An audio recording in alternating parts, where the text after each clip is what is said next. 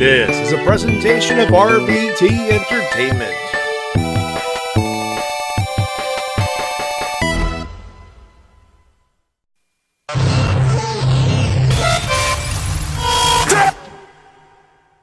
What's your name, ma'am?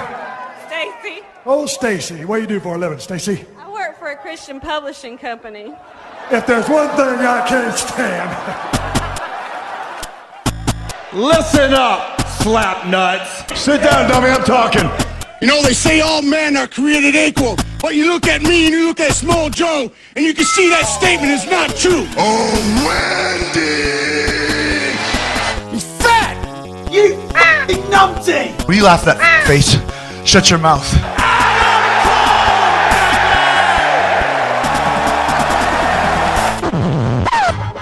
The cream of the crop! Nobody does it better. Hey, hello, ladies and gentlemen, and welcome to the Wrestle Cast, presented by RVT Entertainment on the BrokenInfinite.com, Podomatic.com, YouTube.com, and wherever else you may find us, find out a recording and live on RVT Entertainment's official Twitch.tv channel.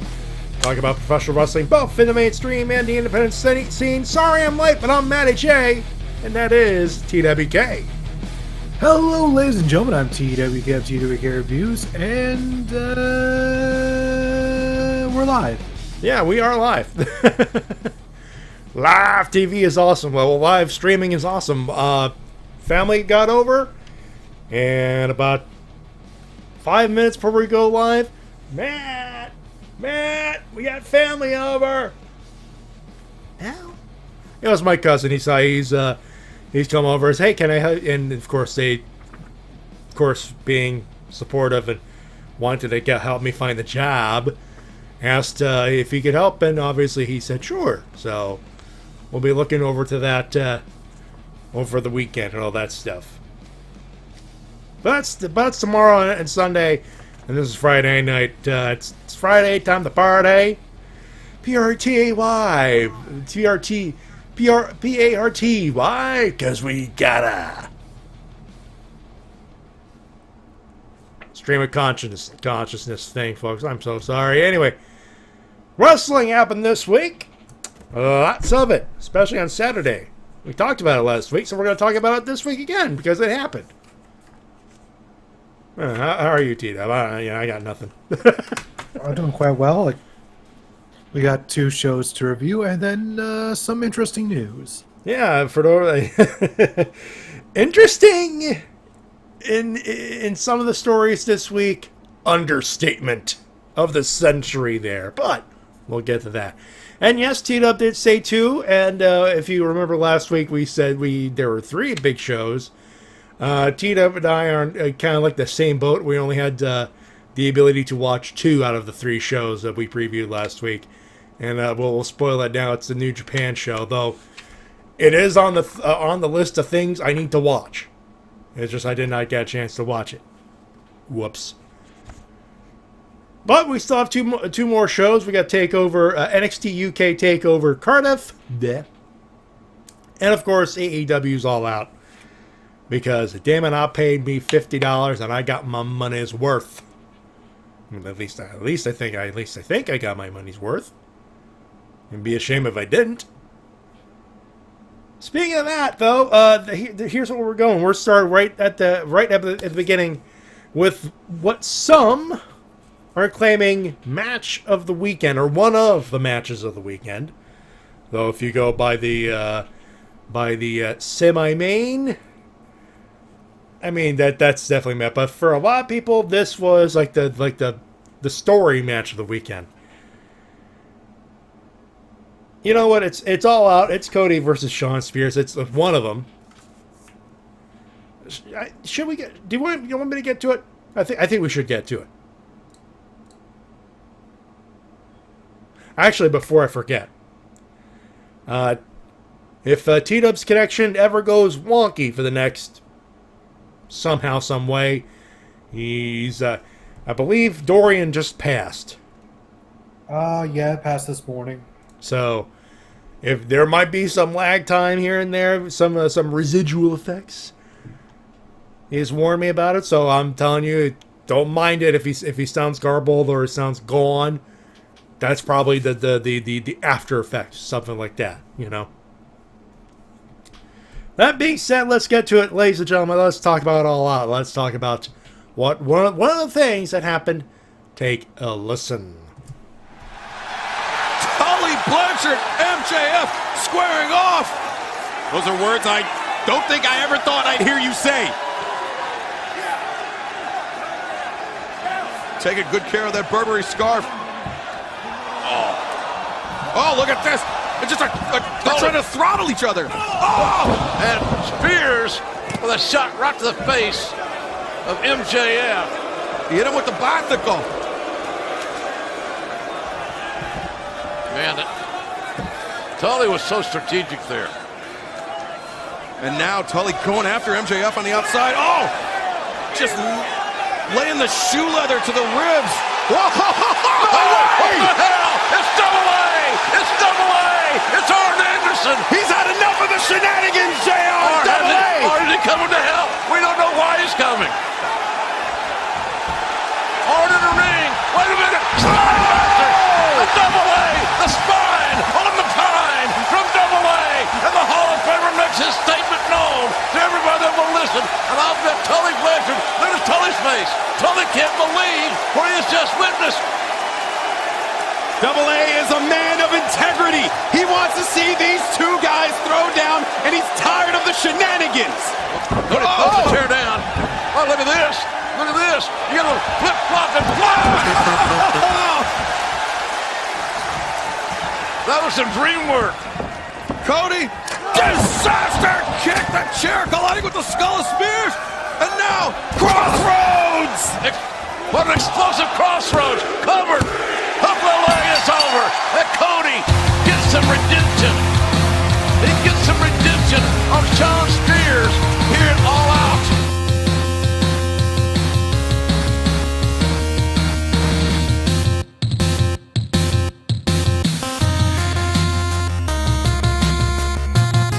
So that was that match itself was Shenanigans Central.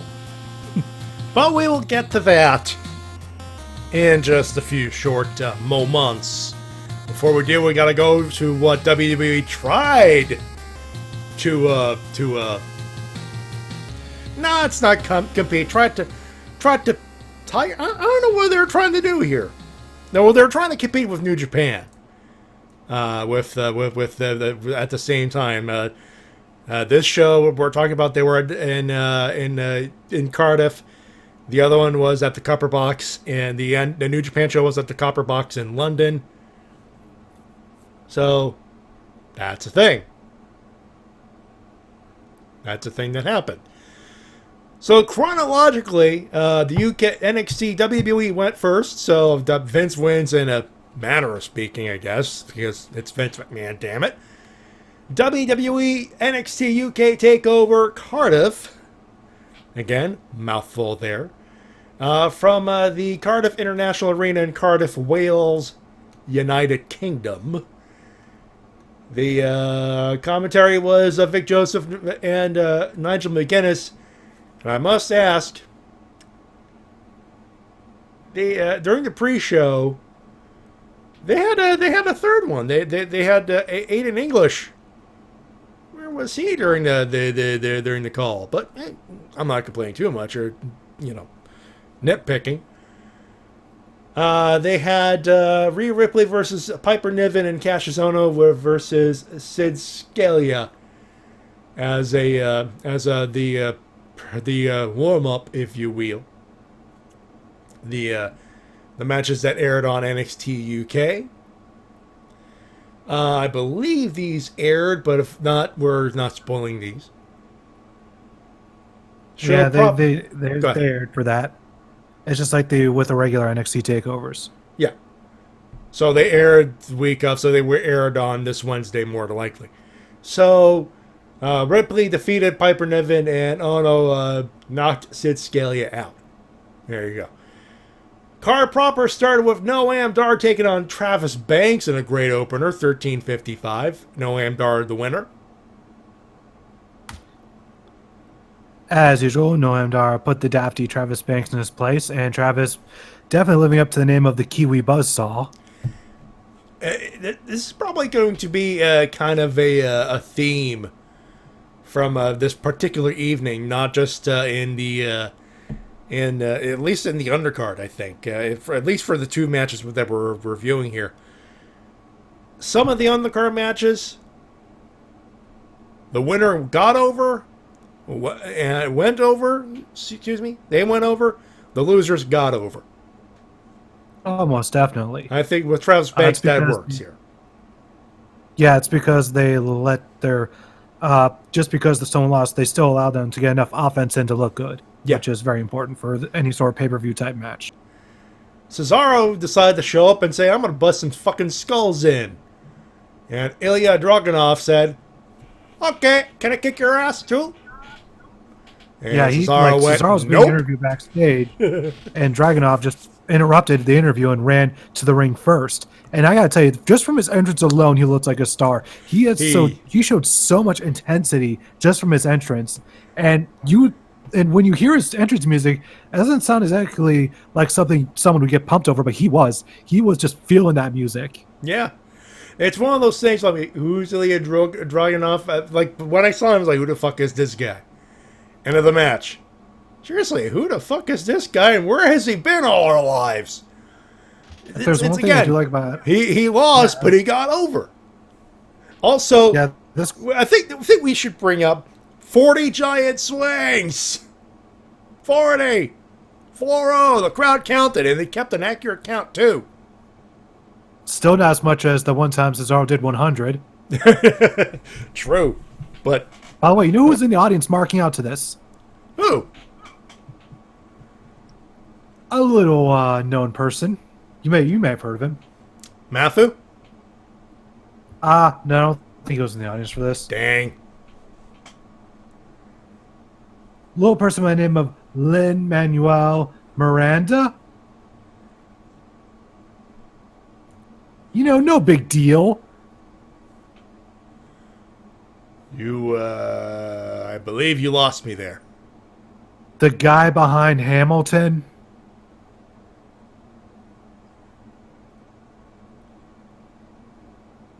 One of the most acclaimed musicals in the past decade. Uh-huh. It was a hip-hop rendition of the story of Hamilton. Kind of big deal. It was all over the place for like 2 years. They did like multiple runs. Like, it was everywhere. Shows were selling out all the time. Ran all over the country. Possibly some in Canada, I don't know. Oh, see, Devin knows. Thank you. Yeah, Devin's a great nose. Fair enough, but apologies, folks. I will claim to be a nerd, a geek, and nerd of many things. Musicals are not one of them. But this one right beyond the musical spectrum. This Lin-Manuel is 100% mainstream. Fair enough. Still new for me. I mean, don't get me wrong. Cultured swine. Cultured swine. You're talking to a guy that watches Toonami with you, for fuck's sake. Anyway. But you have no idea who this brilliant writer is. Nevertheless, he marked out for the swing, and he also marked out just for the because I claim to next be a nerd doesn't mean I have to know everything. Yes, you do. Yes, that is the sound of me face palming. God damn it. You need infinite knowledge. How dare you? Look, it is the pursuit of infinite knowledge. And the eventual gaining of you know what? Fuck it. We're moving on. And Cesaro won. Match was good. Ilya Dragunov got over. Next up, triple threat for the UK Tag Team Championship. Cesaro Dragunov got 12-26, by the way. 2017 for the tag match. Mark Andrews, Flash Morgan Webster took on Zach Gibson and James Drake, and Gallows' Mark Coffey and Wolfgang. We got new tag team champs in Mark Andrews and Flash Morgan Webster, by the way. By the way, when it comes to wrestling and drama nerds, I'm kind of both because I did take acting classes. Ah. And that type of acting I was taught was stage acting. You know what? When you drop that knowledge on me, it's like, you know what? Fair enough. You are a drama nerd. Cool. You are a theater nerd. Cool. I am not a theater nerd. You should. Well, I claim to be a theater nerd. Could have fooled me. Nevertheless, this is another match Lin-Manuel was marking out over.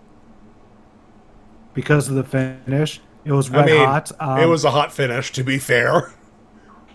Yeah, and one thing I loved is when they teased doing a screwy finish, the crowd was just, you could feel them dying. But then Andrews and Webster made the comeback. The home country boys took the gold. And Mark Andrews and the Mod Father, Flash Morgan Webster, became the first ever Welsh champions in the history of WWE.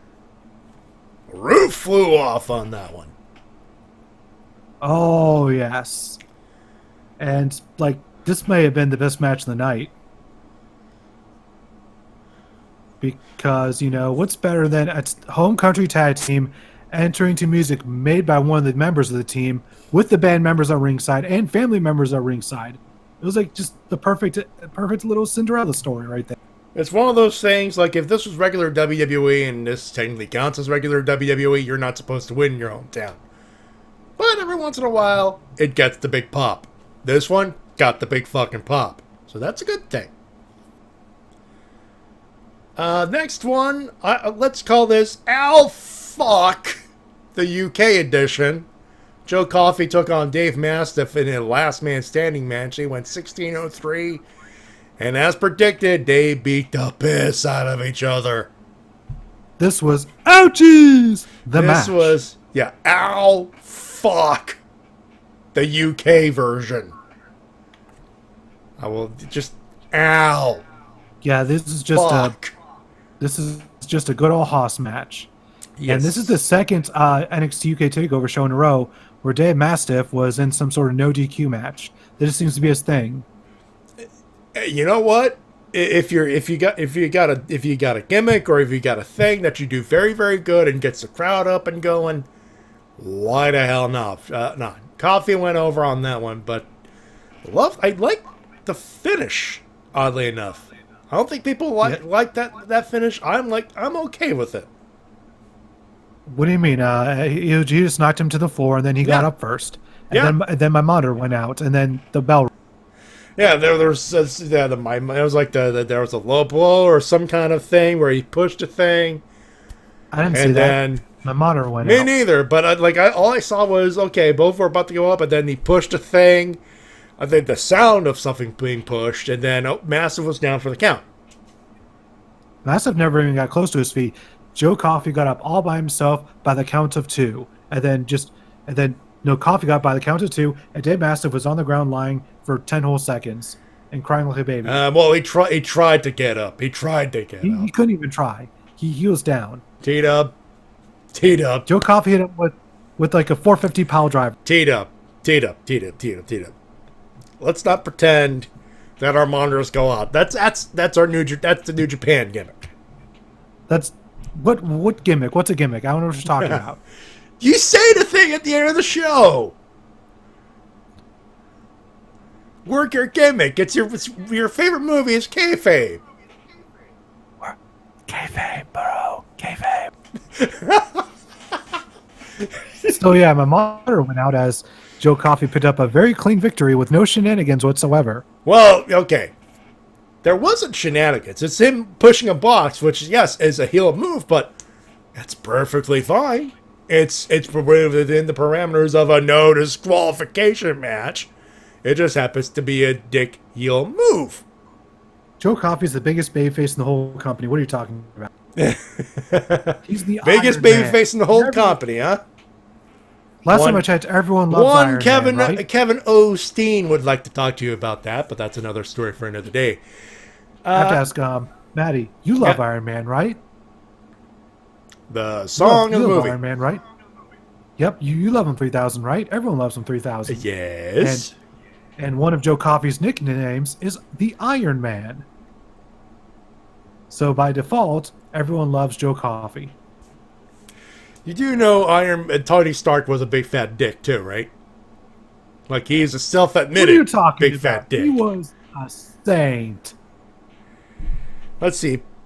Billionaire genius philanthropist. I can't talk tonight. I'm going to move on to Kaylee Genius Ray versus billionaire, Tony playboy Storm. philanthropist. We're moving on to the women's championship, okay? Matty J cannot say billionaire, genius, playboy, philanthropist. Thank you.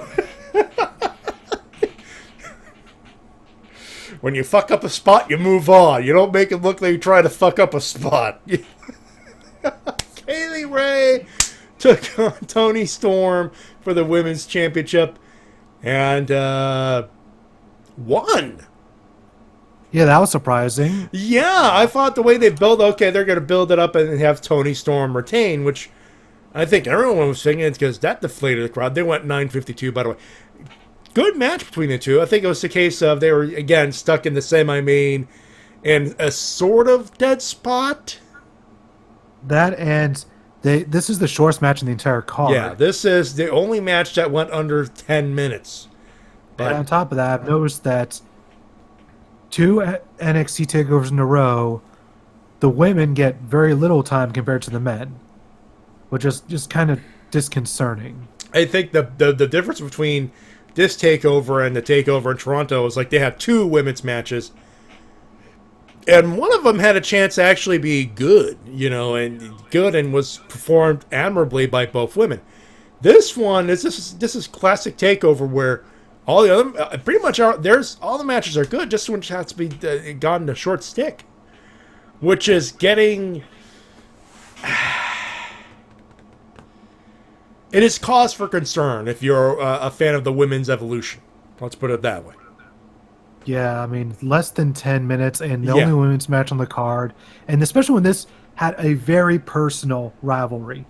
Like, they brought it up. Yeah, Tony they Storm's built it up family as like a knockdown, drag-out possibility. And 9:52, I mean, the match was fine for what it was. The story was told competently. But 9:52, especially when you consider,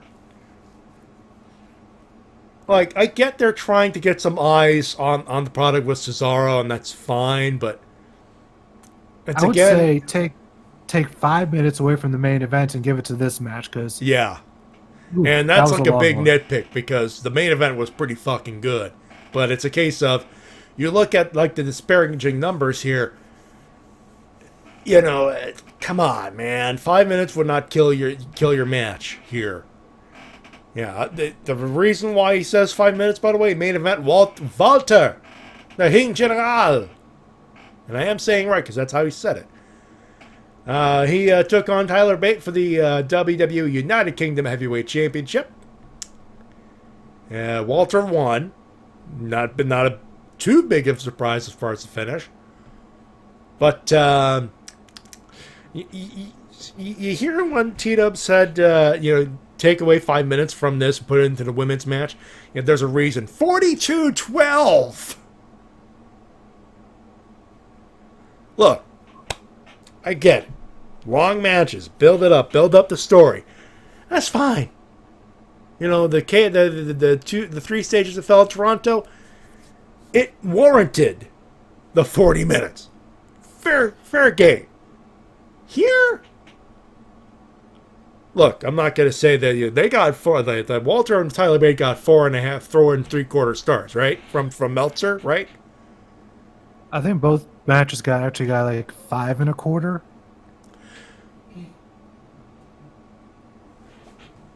I'm gonna have to do some Googling here. We're gonna have to do some Googling because this is. I'm curious now because I knew. Oh, but Rinka, if you think Tyler Bate has a phrasing name, Oh God, one of Cultaholic's member's name is literally Jack King. That's his birth name. Yeah, that is his legit. And I'm amazed it took this long to not even bring up the fact that his name was Jack King, or the fact that they just call him. That's because on Twitter he always calls himself Jack G. King. Or Jack the Jobber. Yep. I feel bad for him. That's all right, here we go. I got the star ratings here. Let's see. Travis Banks got 2.5. Cesaro, Ilya Dragunov got 4. The triple threat tag at 4.5. Coffee versus Massive 2.5. 3.25. No, they broke the scale. 5.25 stars. Okay, so he liked the long fucking match. What the fuck do I know? But Yeah, Meltzer loves long matches. He always has.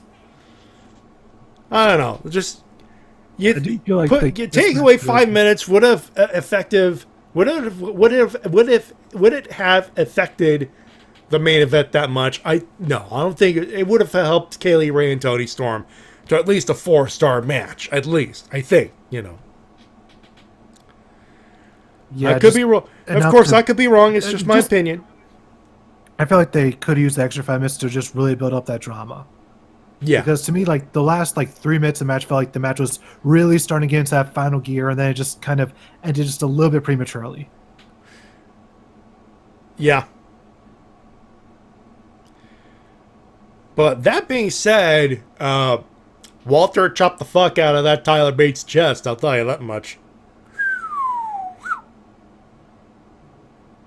Yeah, and it was still a really good match. And they definitely did a good job of getting over Walter's power as well as showing how strong Tyler Bate could be. I mean, he lived up to his nickname of being the big strong boy. Yeah, there were some spots in there where he powered out of a couple of submissions and a couple of spots where the big heavy guy usually is the big heavy guy. No, Tyler Bate was if he wasn't already a star, that's been restamped. That's been renewed. Well, that's another story for another day. This one, I don't know how to rank this. I'm sitting on a 4 on this one out of 5. Yeah, that seems fair enough. Because there are some bits I'm like, they could have had a few extra points if you have just like minor issues. But it's a case of I'm like, but at the same time, I'm running around. I have this in the background all day, and I'm like, I'm enjoying myself. I'm having a good time. But I'm like, I'm doing stuff. I'm job searching because, well, duh. So, we shall see. We shall see. Next up, sorry for the thing, we have AEW. They had a show later that particular evening. You may have heard about it. Though, there's news that this didn't do as hot as Double or Nothing, which is strange, but still pretty fucking good as far as buy rates and stuff. We're not going to get into too much into that, but it was the Sears Center Arena in Hoffman Estates, Illinois, Chicago, Illinois. All out. And let's get this out of the way right fucking now. No, CM Punk did not show up. Boo! -5 stars! No Punk! Boo! Yeah. CM Punk the fuck no. He didn't show up. He even said it himself at the StarCast event. He's like, no, I'm done. And it's like, this is fun to do this, but don't expect me to show up there. He was working us. He was totally working us. Boo! Boo! Well, let me ask you, audience member. Do you think CM Punk worked you, or you worked yourself into a shoot, brother? Because if you ask me, you worked yourself into believing CM Punk might show up, and D-Dub and I over here went, he's not fucking showing up. He was done then, he's done now. Cody's live.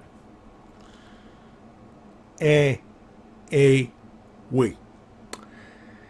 Show began. I kind of missed it live, but I did catch it later.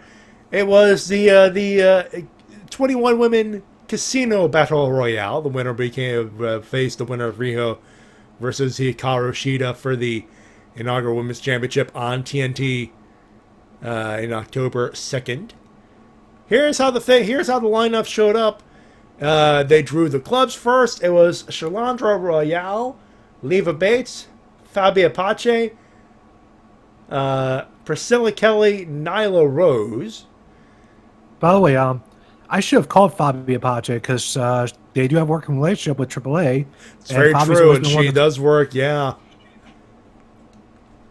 And I was surprised she didn't really get to do much in this match because everyone in this little set of suit, everyone in this suit, eliminated by Nyla. Pretty much, essentially. they got Nyla Rose. Let's put it that way. The Diamonds were due next. It was Penelope Ford, Shazam McKenzie, Sadie Gibbs, Big Swole, Britt Baker. Good to see hardcore Shazam McKenzie in this match. The Spades to Neil Dashwood, which kind of a surprise, not a surprise, considering. Eva Lise, B. Priestley, Brandy Lee Rhodes, and Awesome Kong. The Hearts, Allie, Nicole Savoy, nice to see her in there too. Teal Piper, ODB, bam, and Jazz. And the Joker, Mercedes Martinez. Who called it? Who called it? Who fucking called it? It was me! And y'all people, Tina believe me, but the rest of you are going, there's no way. She's not showing up. No, she's too independent. She's too crass. Guess what, bitches? Fuck you, I was right, fuck you, I was right, fuck you, I was right, fuck you, I was right. Now, she didn't win, but it was like, fuck yes! Hope she signed. I hope they signed her. She should sign. She is a great heel worker. Well, she's a great worker in the first place, but you know. Especially with the reaction she got. She got a big fucking pop. Of course, Nyla Rose would end up winning the whole thing, and she finally got herself a big win after a few months of losing. Yeah, this was rough goings, but she won the Battle Royale, and you know what? She looked good doing it, because how many eliminations did she have? Let's see. 10. 10! Oh,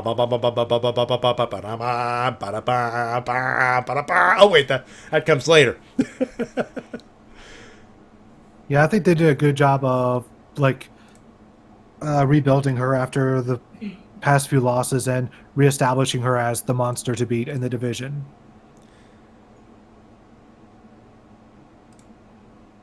Yeah.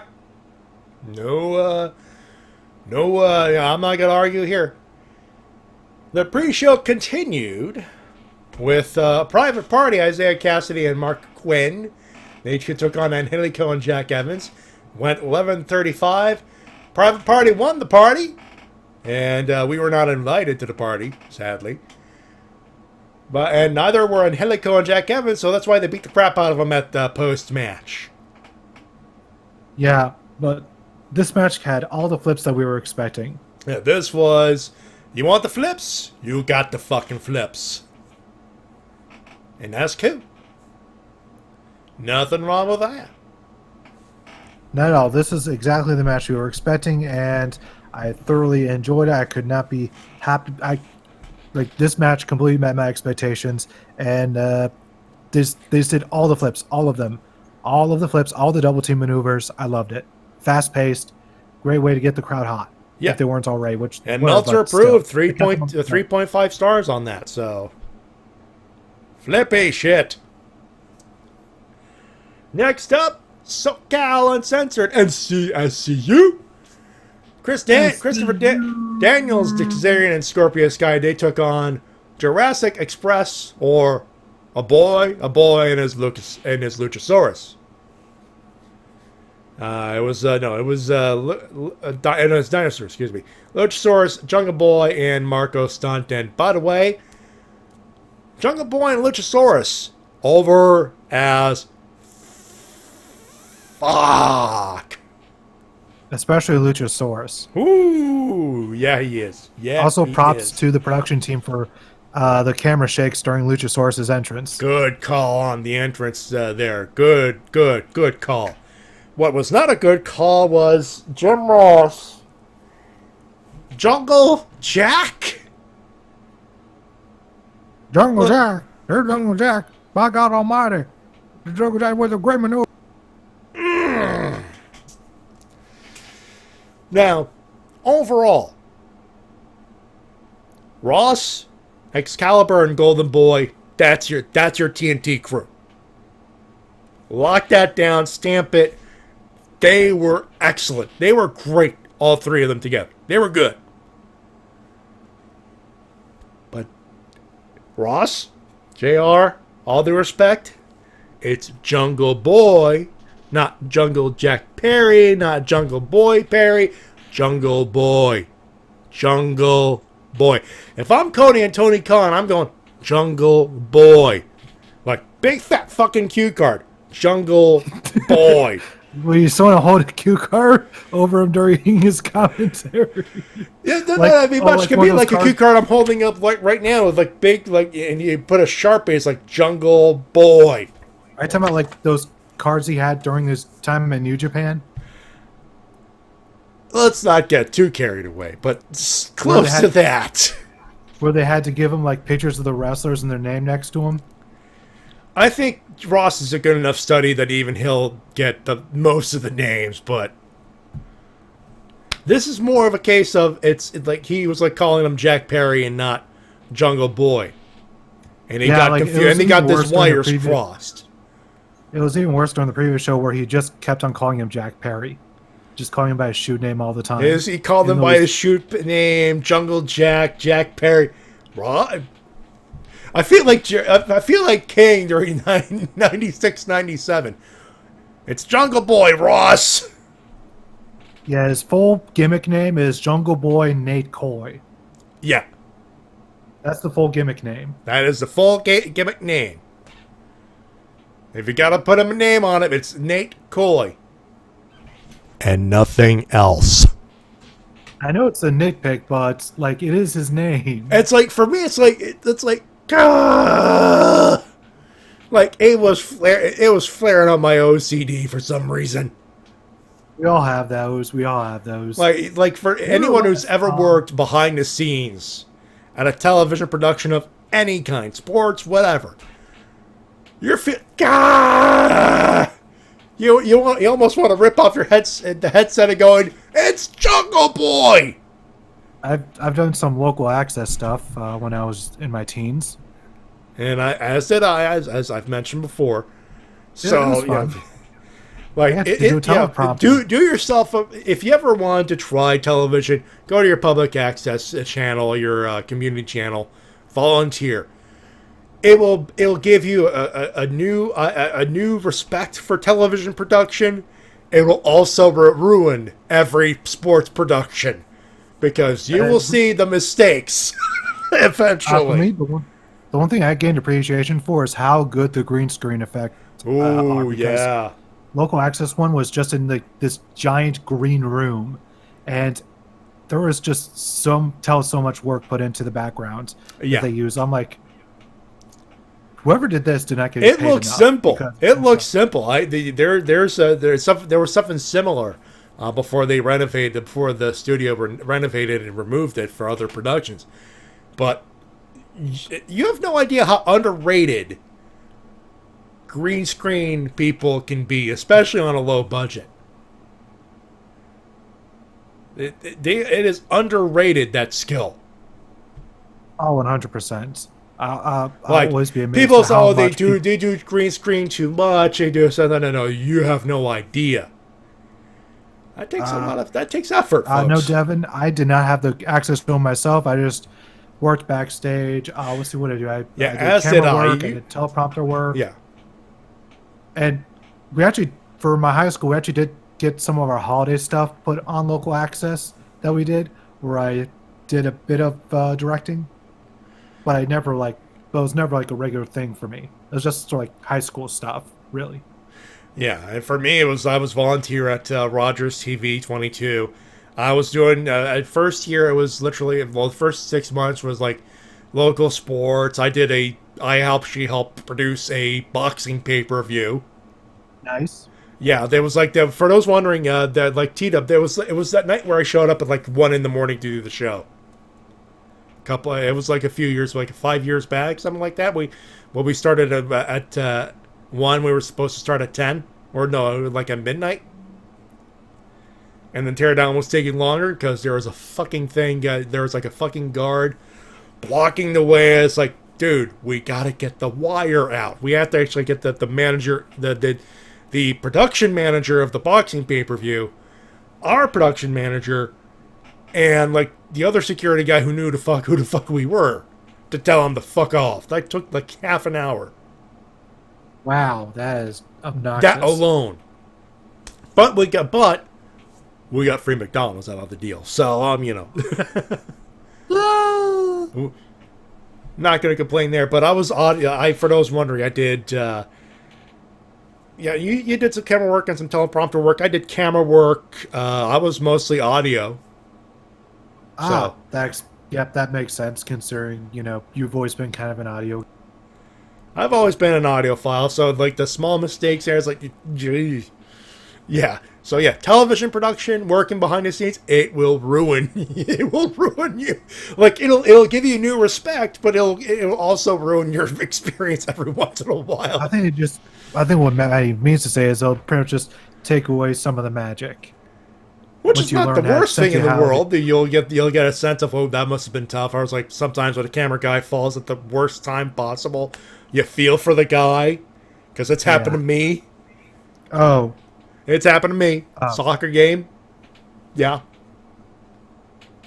Absolutely. Nevertheless, getting back to this match. Yes. They did a great job, SoCal and Censored of. Yeah, 6-man tag. We should probably reestablish SoCal, SCU versus Jungle Express, Jurassic Express. Excuse me. I'm pulling a Jim Ross here. But yeah, it was a great match. It's a case of, you would think, okay, losers got over, but they didn't have to do too much work. Like Marco Stunt and Jungle Boy did a lot of the flippy flips. Luchasaurus did some flippy flips. SCU was, SCU. Yeah, and they I loved how they took out Luchasaurus by, when he was on the outside, they did jumping Frankensteiner and just throwing him into his partners. And then taking their partners and doing a double best Meltzer ever. Oh, and that was awesome. Because best Meltzer ever, and the crowd didn't jump on it. Boo. Sad face. I guess they're more of consideration to best moonsault ever, but it is what it is. And SoCal, they put, of course, they usually they go heel, but they put over Jurassic Express. They rose their hands and gave them the ring, so that there was respect shown at the very least, which was nice. Next up, Kenny Omega took on Pac. Pac. Yeah, people was like, it's Pac. I've been told it's Pac. Pac. Pac, whatever. He's Neville, and he's awesome, and he won against Kenny Omega. Yeah, holy shit, 23-20. Omega. The finish was Omega finally had Pac in the position for the one-winged angel, but Pac reversed into what was it? And like it was a referee stoppage, it was submission, but he reversed into like a guillotine-like choke. No, it wasn't a choke. It was sort of like a standing rings of Saturn. Yeah. But yeah, this was ring psychology 101 between the two. And Kenny played up the fact that he was preparing for Moxley, and it showed in the match, at least in the story. Pac was just there to be Pac. And Renico, it was the Brutalizer is what it's called. Thank you. Thank you, yes. But it was the Brutalizer, and then, Kenny, he faded, and then arms limp. Ring the bell! And the crowd could not have been more shocked. Yeah, that shut the crowd up for a couple of minutes. That was basically this show's Undertaker loss. Yeah, but yeah. That's a fair comparison. Because this crowd was just pretty much banged their house on Kenny win. Like, oh, there's no way he's losing. He's got this match in the bag. He's got to win. There's one. Oh. And then Pac went, Fuck. sorry, bastards. I'm a bastard, and I just signed a match against Hangman Page. And he won. So there's that. But, so that is a thing that happened, ladies and gentlemen. Next up, yeah, when I said they were quiet for a couple of minutes, I mean it, because the next match was the Cracker Barrel Country Store thing. No, actually, no, it's the Cracker Barrel Clash. Cracker Barrel Clash. The Cracker Barrel Clash.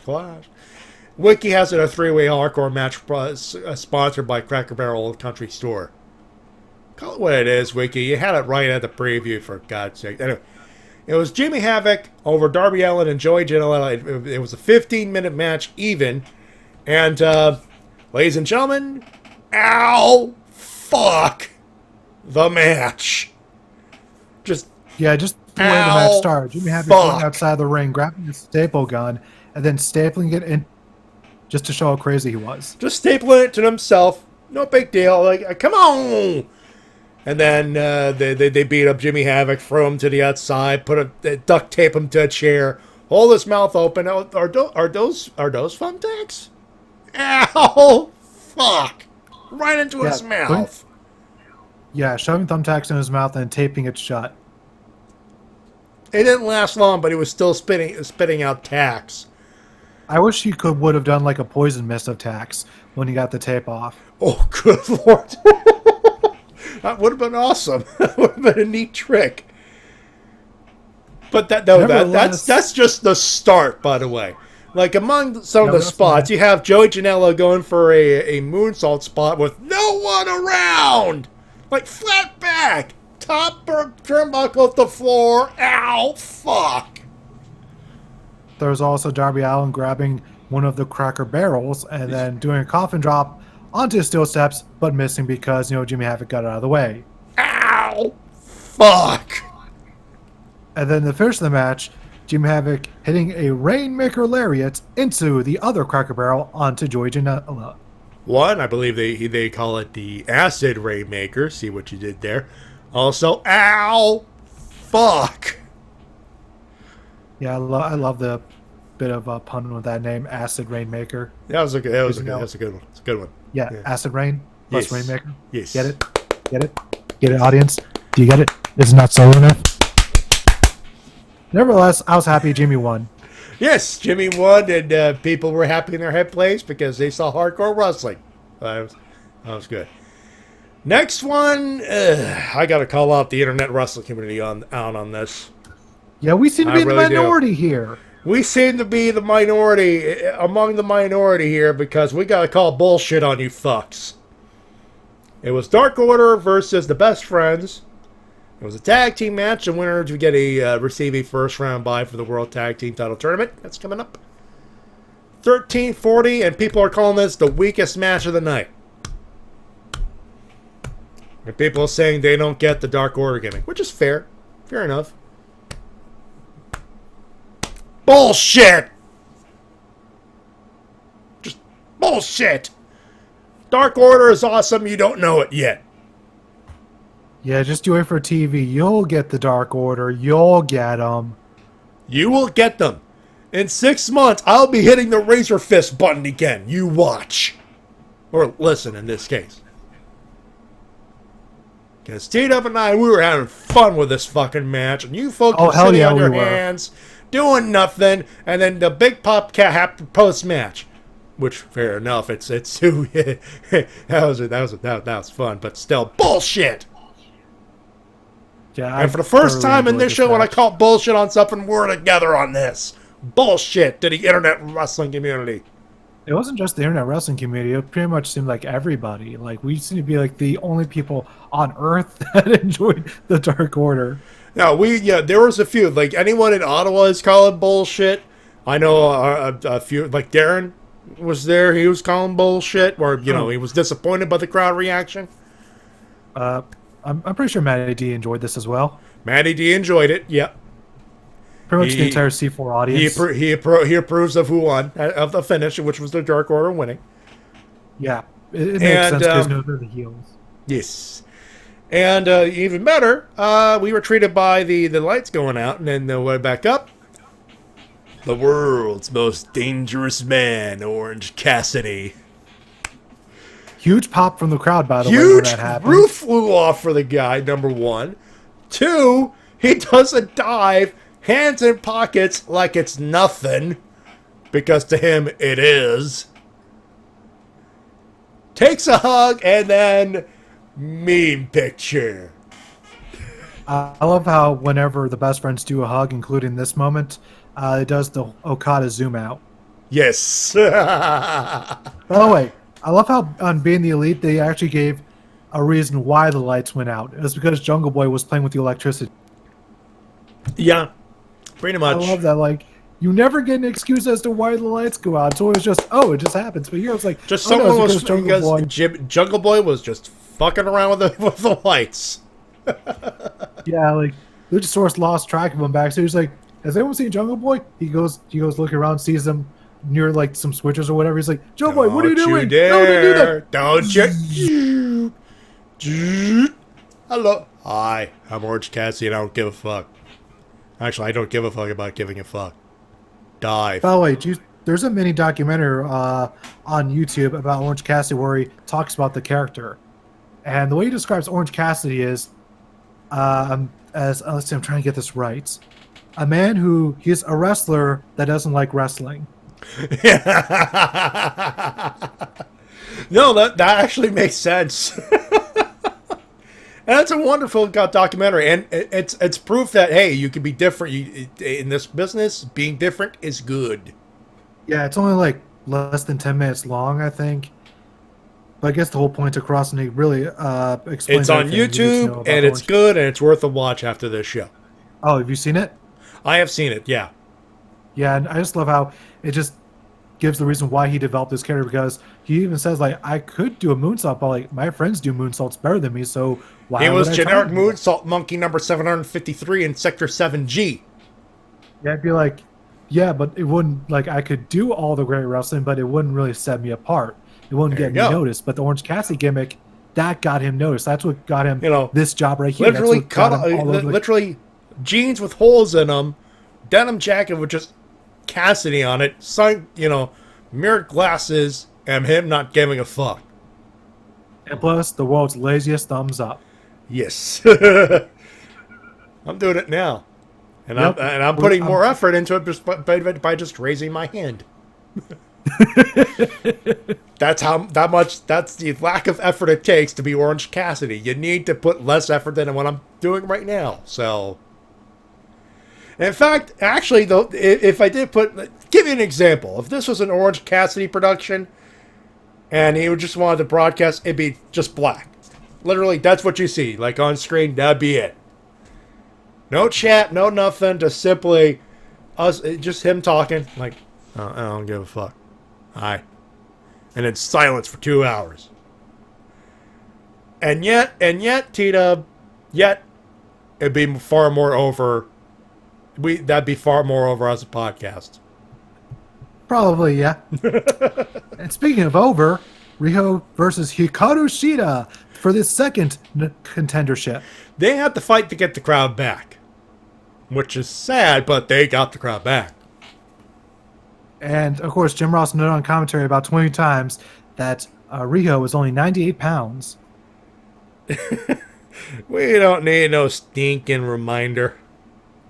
Yeah, but, hearing that, you do realize that she is a tiny, tiny person, even compared to Hikaru Shida. Yeah, she is a tiny lady, and she has got more experience in wrestling than almost anyone on the roster. Because she's been going at this for, let's see, she's 22. They say 13 years. 13 years experience. Yeah. Now she's been doing it since she was 9. Yeah, which is not completely unheard of. Which, by the way, we checked. It's not the same woman who faced Kenny Omega in that particular matchup, by the way. No. Oh, Although there would have been some cool poeticness to that, but no, it was not her. And a hell of a Nevertheless- rematch 20 years later, but I do hope that little girl is still wrestling somewhere. That would be nice. That'd be cool. I've heard Nevertheless- she stopped it for a while to focus on her studies, but I think that'd be cool to see her back, Of course. And of course, during this whole match, Hikaru Shida played essentially the powerhouse to Rio, Yeah. And especially when it came to those submissions. Just kept her grounded. But Riho, I like what they're doing with her gimmick. They're making her essentially the master of the roll-up. Because she went through like 10 different variations of it during this match before finally pinning Hikaru. Yeah, she was playing the smart wrestler who knew that, okay, stick and move, roll-ups, roll-ups, roll-ups. Which is smart. Also, hi, Mike Shao. Hey, buddy!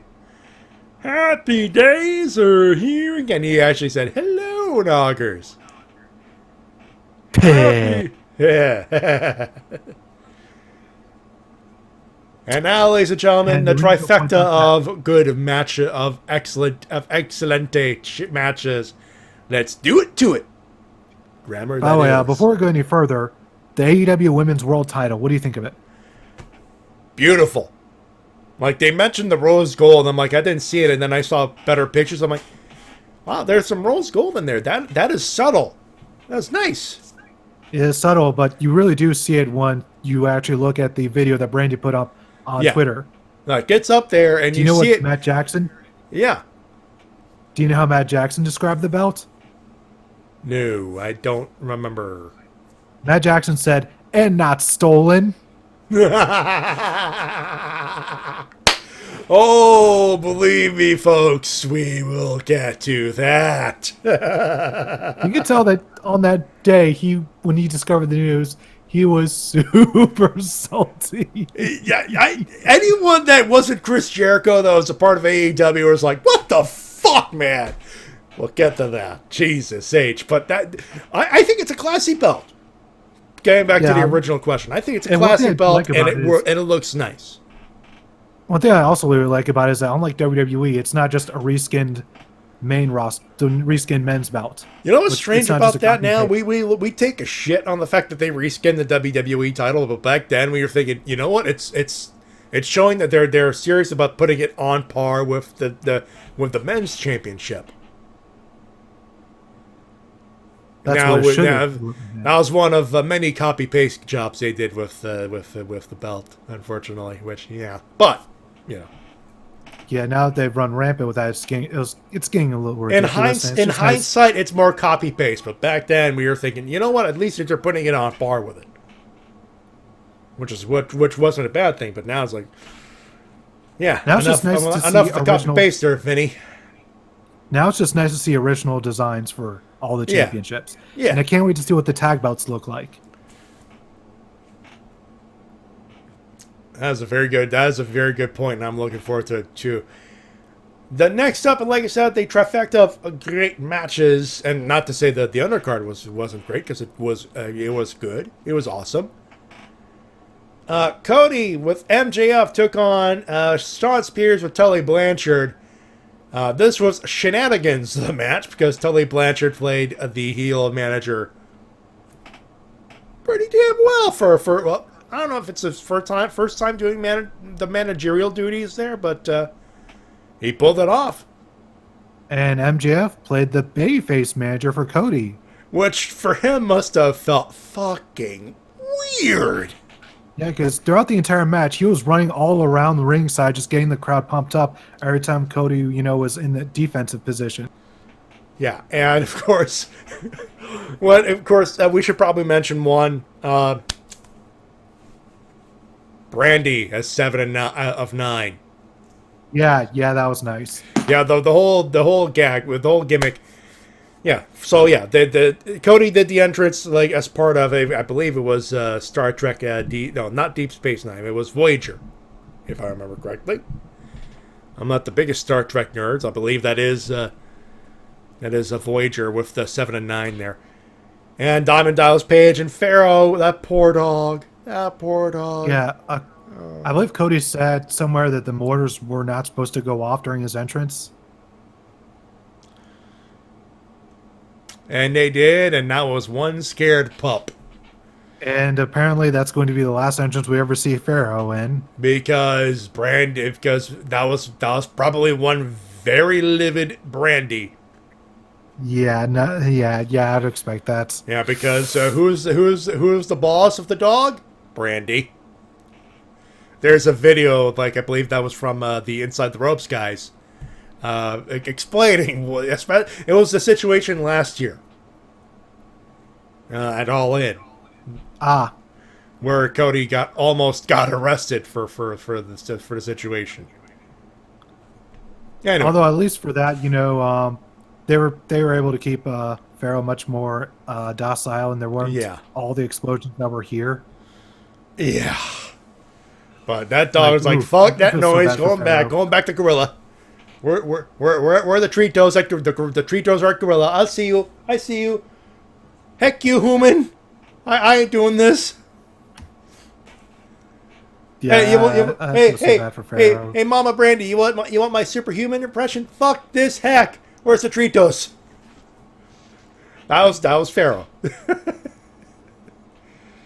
Anyway, on to the match itself. Again, Shenanigans City, and holy hell, Double A could still do a spine buster real fucking good. It wasn't his best one, but it was still decent looking. You know what? Like I said, it's like, considering it's just like its first spine buster since WrestleMania 18, for fuck's sake. I'm pretty sure he hit one maybe 10 years ago. He must have at least one. If he did, I don't remember it. I know when his last one was. His last one was Starrcade when they did the live event. Like almost 2 years ago. Oh, maybe, but I didn't watch it because I didn't care to watch it. Well, it's because it wasn't on the network. Yeah, and it wasn't on the network. We're talking about televised spine busters here. I know, but still, like he did. I know he did spine buster during that live event because he did, but was it televised? It was still a spine buster. He still hit it. He still hit it, but like I said, the last televised spine buster. Come on, let's not argue semantics here. We'll be here all night. Oh fuck, we are here all night. Anyway. Yeah. Anyway, that launched. Of course, you saw it. You heard in the clip that kind of launched the comeback for Cody. A disaster kick to the chair, to the face. Cody Rhodes hits Crossroads, and boom, 1, 2, dead. But I get the feeling that the finish makes it look like they're done, but they're not done. They can't be done. I'd like for them to hold off on a rematch for at least. Oh, they're gonna hold off. I think if nothing else, it might be a case of Sean Spears pull some interference bullshit at Full Gear. We'll talk about that in the third segment, obviously. Or somewhere down the line, Sean Spears causes something just to fuck over Cody to continue that feud. Something, fuck you, I should win. Or something to that effect. The semi-main Escalera de la Muerte for the AAA World Tag Team Championship. They went 21 minutes. Oh, I'm sorry. I should call it what it is. Ow, fuck, 2 Super Kick Boogaloo. Yeah, they went through all the tables in this all match. The ladders, all the tables, all of the ow, fuck. Canadian Destroyer on a ladder. Assisted package pile driver on a ladder. Me on a chair going, ow, fuck, through half the goddamn match. I feel really bad for Nick. Nick, okay, let's talk about this spot real quick. Of course, it was a spot where they were supposed to do the, I believe it was the Meltzer driver, was it? They were setting up. Meltzer driver. Nick was on the ladder. He got pushed over, went to the outside. Yeah, and he only went through one table, and it's like I think like yeah. his head I was one. explaining the setup for that spot because they were doing. Of course, it was Nick. Oh, he'd do a spot or belt, and before he got the answer to that question, Pentagon takes down super kicks Matt, who tombstones Phoenix, and then Pentagon pushes the ladder, and usually the spot results into the person going through the tables himself to take both tables as safe as humanly possible.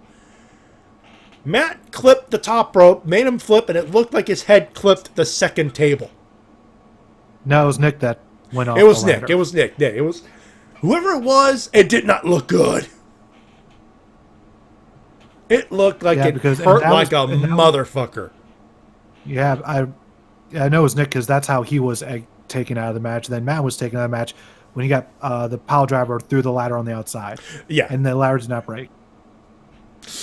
And you know who I feel bad for in this case? Pentagon, because that must have hurt like a motherfucker on his ass. Yeah, probably. And this is also the first loss for the Young Bucks. First loss in AEW for the Young Bucks. And Jesus Christ, owl fuck.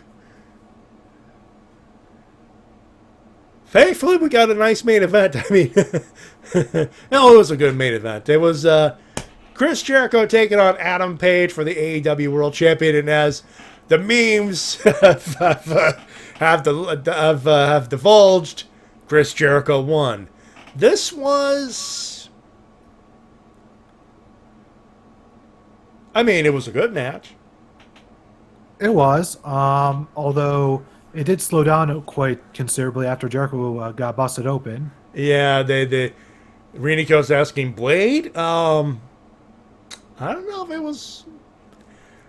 The reason why it could have been a Blade job is because Hangman hit him with a forearm, and then Jericho went to the outside, went under the apron, and that usually is how people hide Blade jobs. Like, once you're at a camera view, that pretty much, I don't know, that's just a signal to me that, he's they find a way to hide from the crowd or hide from the camera. Some people, they're good at just laying down and making it look like they're just checking, and then that's how they do the blade job.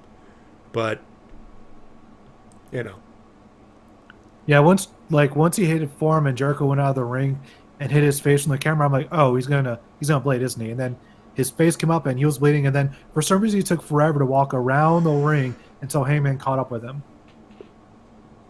Might have been a miscommunication.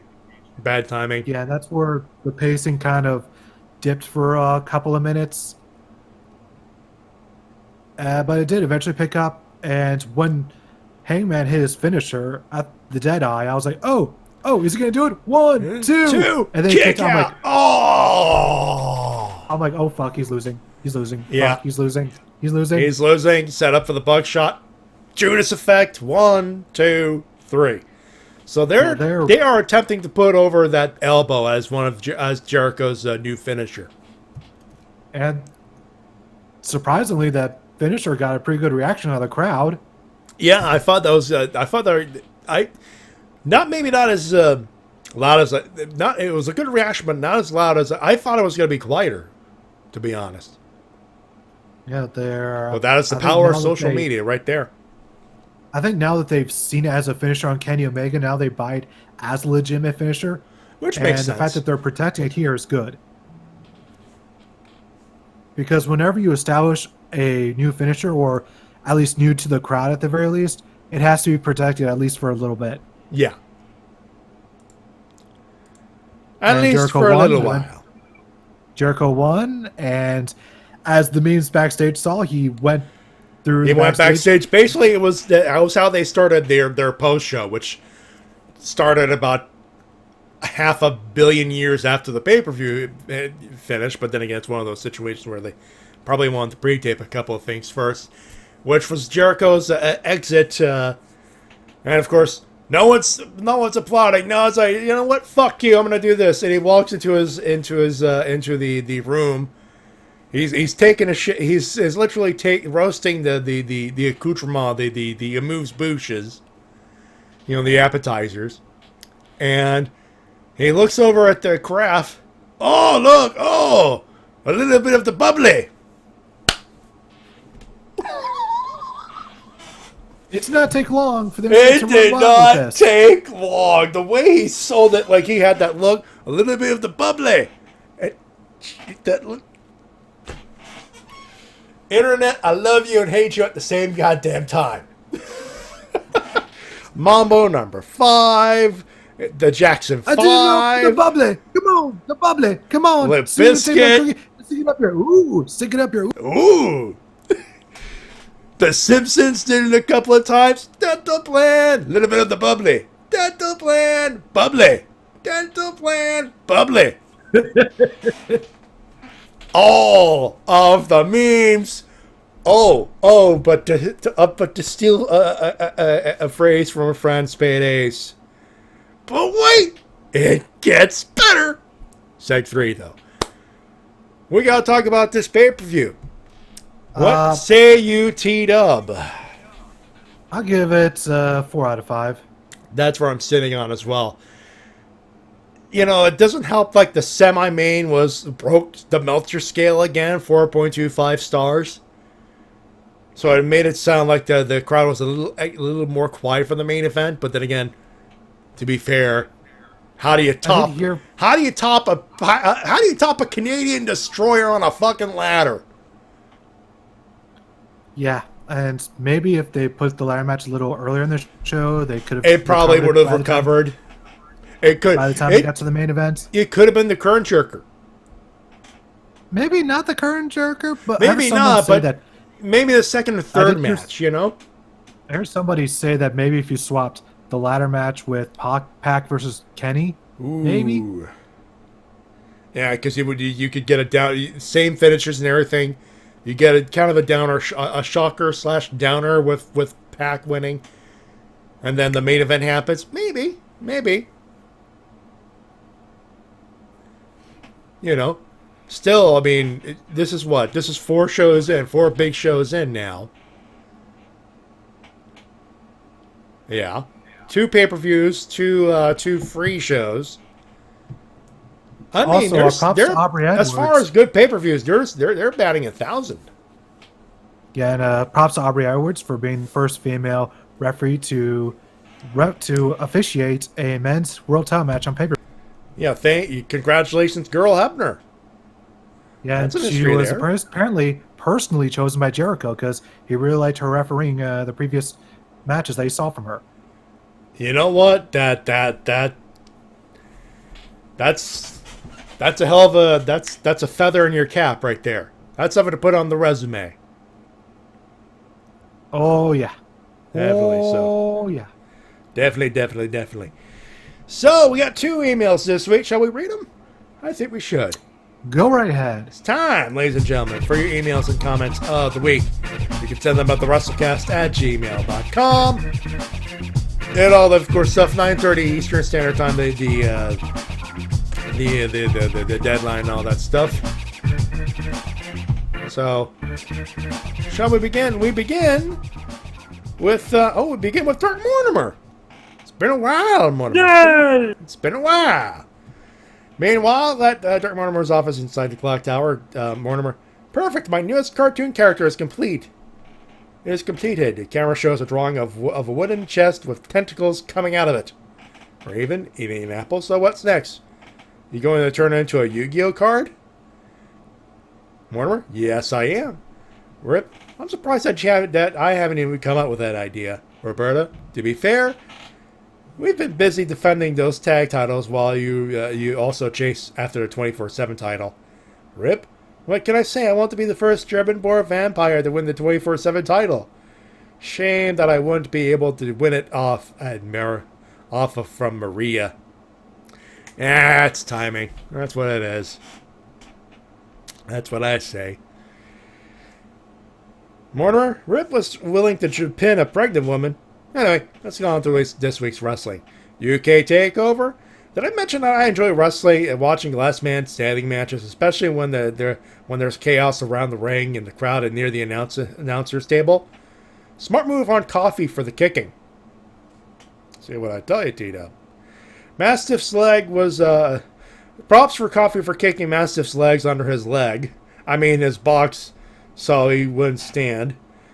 Voltaire and Bate was a great match with a standing O. AEW All Out, SCU, SoCal Uncensored, Raven, SCU, put Jurassic Express on the extinction list until AEW comes on TNT. Best Friends were saved by the Dark Order. From the Dark Order, thanks to the world's most dangerous man, Orange Cassidy. Speaking of dangerous men, the Cracker Barrel sponsor match was fun to watch. Rip, those biscuits were good. Riho, I wanted Hikaru to win. I wanted Hikaru to win. We'll face Nyla Rose for the inaugural Women's Championship. Puck killed Kenny. Raven, you bastard! And Chris Jericho becomes the first ever AEW World Championship, which will add to his long list of accomplishments. Roberta, that's a long list of quotes. Rip, is that a? What is a man? What is this man in lists? Raven, didn't he put you on the list? Rip, he did. So I put him on my list. Then he outed me on he put me on this list again. So I put him on my list again, and that went on for an hour. Winners, both NXT UK and AEW shows. Losers, the endings for the Blair Witch game. Good thing I only watch it on YouTube. That's it for now. Apparently, decent game, shit ending. I hate when that happens. That's always the most disappointing of things. Well, that's it for now. Now, pardon us as we go to the county fair and see what ribbon my painting of Dahlia, the Lady in Black, won. Rip, I hope there's a karaoke contest. What about it? So you can sing Higher by Creed? Can you take me higher? Higher. Rip Van Winkle. No, I'm going to sing Jeff Jarrett's theme song. Raven. Quick, Matty, tee it up. Get to the next comment. To a place where blind men see. TW knows next. Here's a French otaku. Oh, here's our next emailer. Hello, Wrestle Cast. It's that bastard moment of the year where some people go back to school. For those who do, hope you survived this first week. Now on to the week in wrestling, and oh boy, we need to talk about this pay-per-view. AEW All Out, very good for pay-per-view overall. If there's a few nitpicks to talk about, it would be the camera work. Some transitions can be done better, especially during entrances. 2, the idea of bringing Pharaoh to the entrance ramp. Poor dog was scared and without earmuffs. No wonder he wanted to come to the ring with Cody. 3, poor JR. He wasn't in this game compared to Excalibur. He was good enough.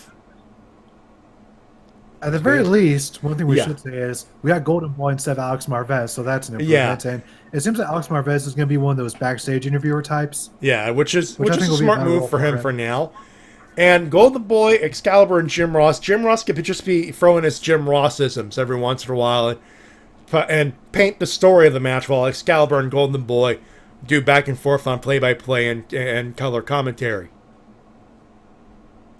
There's a good mix. It's a good chemistry, and it'll get better, obviously. Number 4, Dark Order versus Best Friends. Sorry, Matty, not that good. Probably the weakest match of the night. But it had a cool ending with Orange Cassidy giving the assist to his pals. Sorry, Fronter Talk, I got called bullshit on you, too. I got to. I was waiting for it. I got to. I have no choice. You have to rep your boys, I know. I gotta rep my boys. But you will get them eventually. I'm just happy that they're finally getting some recognition after so many years in just complete obscurity in Canada. Yeah. Like it's one of those things, but it's one of those things you think about it now. The Super Smash Bros. Would have gone over as a Smash Bros. Mortal Kombat theme and all. Probably. Maybe. Maybe not. Who knows? But the whole show was awesome. Omega versus Pac. The Cracker Barrel crashed. Those barrels destroyed. Shida versus Riho. Page versus Jericho. Good choice for Jericho to be the first world champ. Young Bucks versus Lucha Bros. Holy shit. Match of the goddamn night. Also, LAX shows up. We forgot to talk about that. Fuck! I knew we were forgetting something. Yeah. LAX is there, and the moment that happened, I'm like, that's it. AEW is the best tag team division in the world. This is it. Yeah. Done. The LAX, for those wondering, it was at the end of the ladder match, and two hooded figures and presidential masks show up. And they're beating the piss out of everybody and all that stuff. And then after a little bit, they reveal, and it's Santana and Ortiz. And like T-Dub said, pack it up. That's tag team wrestling right there. That is Young Bucks, Dark Order, SCU, Private Party, Jurassic Express, Lucha Bros, and the former LAX. That's your... Then... I dare you to fuck up that tag division. I fucking dare you. They might have tag teams that have not even debuted yet still. They might. There's the two guys. I mean, rumor has it it's Jericho's brought up the former LAX as the tag team, but that has not been confirmed or denied yet. So, I can't remember who, but one of the members of the Elites noted that before All Out, they said that this is we've only seen 40% of the roster.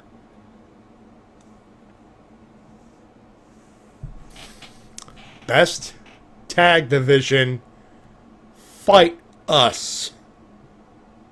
You can fight Matty. I'm fine. No, okay. You will. You change our fucking minds. We dare you. We dare you. But New Japan is pretty much God, and that's it. But WWE with WWE when they give a fuck about their tag division, it's decent. But Dolph Ziggler, Bobby Roode, Seth Rollins, the only good tag team with gold around their waist is New Day. Yeah, they're the actual tag team. And some of the best tag teams right now are either hired goons or, well, hired goons when you think about it with the Good Bros. Yeah, they're either hired goons or they're just hired used goons to fight people in squash match. They're either hired goons or they're fighting jobbers in squash matches. That's it. But Impact just lost their best tag team. Although we'll give Impact this, they have the North. They have the North. They do have the North. They have what are they called? Fuck, why can't I remember their names? They're so good. What about Ring of Honor? What about Ring of Honor? What about Ring of Honor? Let's see. Who are their tag champions? Oh, it's the Briscoes, right? I forgot. It's the Briscoes, yeah.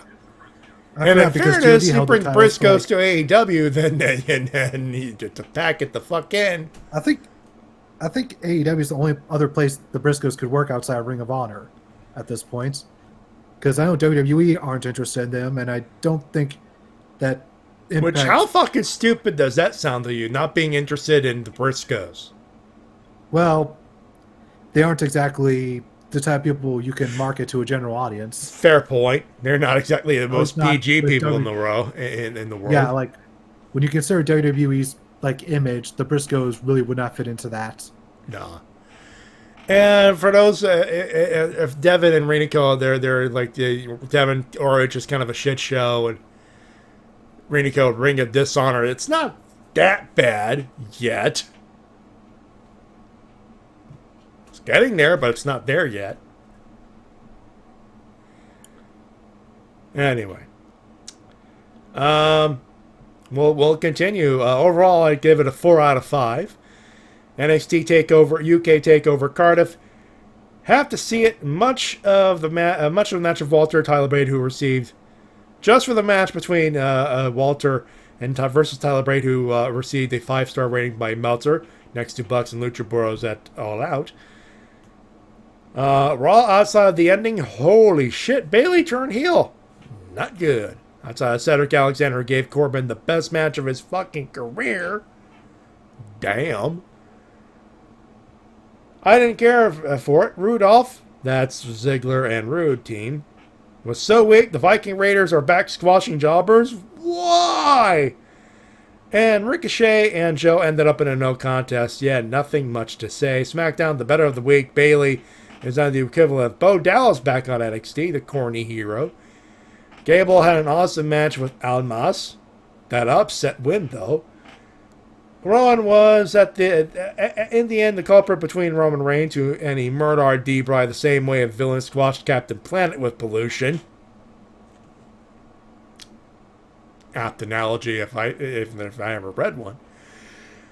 And winners, Chris Jericho for being the first AEW World Champion. Congratulations to you, and good that you got your belt back. We'll get to that. The two matches that received 5 stars from Meltzer, Bucks, Lucha Bros, Ladder of Death, and Bate Walter. Congratulations. Chad Gable for his awesome victory over Andrade, and did come out of nowhere. Bayley turning heel, finally. Don't know if it'll be like Gargano, aka a few months, or it'll be long term. Losers, the departure of Kasey Catanzaro from NXT. Good luck to her in the future. Dark Order versus Best Friends, weakest match on AEW All Out, which is sad. I'm giving you the death glare through that email right now. This week's Raw, outside of Bayley turning heel, pretty blah. ZQ. That is all. If you know what that means, then you know what my beef is with that person. That is all. ZQ. We need a Shin Tiger curl on the thing. Maybe. We need context. That's pretty much it. Enjoy your weekend, and in the meantime, I'll take a little bit of the bubbly soda. That is. By the way, in my Facebook group, that wrestling Facebook group I'm part of, the first time I saw the bubbly meme being used was in there, where the caption was, "When your dad sees you drinking Pepsi," and then plays that clip. A little bit of the bubbly. Okay, no joke. My folks a couple weeks ago, actually, same weekend I was at Toronto for SummerSlam weekend. They went to Niagara Falls with some family, and they did a winery tour. They brought back some things, wine, and they brought me home a bottle of beer, of like the local craft beer. Big old bottle with a champagne cork on top of it. So, if I get a job, like a long-term job, I'll pop in that fucking cork. And and if it happens to be this or next week, I'll be yelling out that line. Knocking on wood on that one. A little bit of the bubbly. Don't fuck up the mood. Those are your emails and comments of the week. You can send them at thewrestlecast@gmail.com. So, what's this deal with Jericho getting his belt back? Oh, give us a minute. We'll tell you about it when we come back. Don't go far.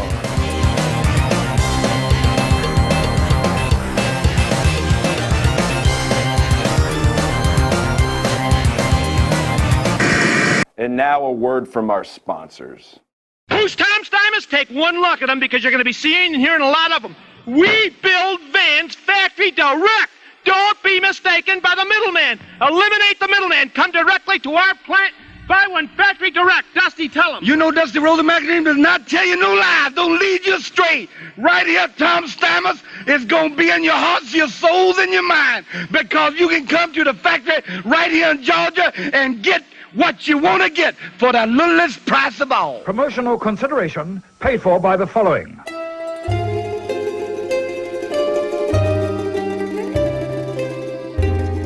I wanted tonight to be special. That's why I put all of this together for you. Something so indulgent and decadent. Pizza Hut's Cheesy Bites Pizza. To say this is weird would be an understatement. Does your girlfriend know that you're cheating on her with a Cheesy Bites pizza? Alicia Fox, doesn't need to know about this. Relax, Casanova. We're not going to rat you out to your little girlfriend about what you're doing, whatever it was you were doing. And you should be sharing all 28 poppable cheese-filled bites. You guys aren't as bad as people say. What are you doing? We're taking this with us. Unless you want us to tell your girlfriend about all of this. At least I'm not gonna tell Alicia. Oh, we're still gonna tell her. Yep. This is WMOB Mobile, 12 on your channel dial and 12 in the TV ratings. Wow, the stinger. Timmy, I'm from the Dream Come True Fantasy Foundation. You ready to wrestle? You bet. Mom, Dad, it's really him. Hold on. Now I'm ready.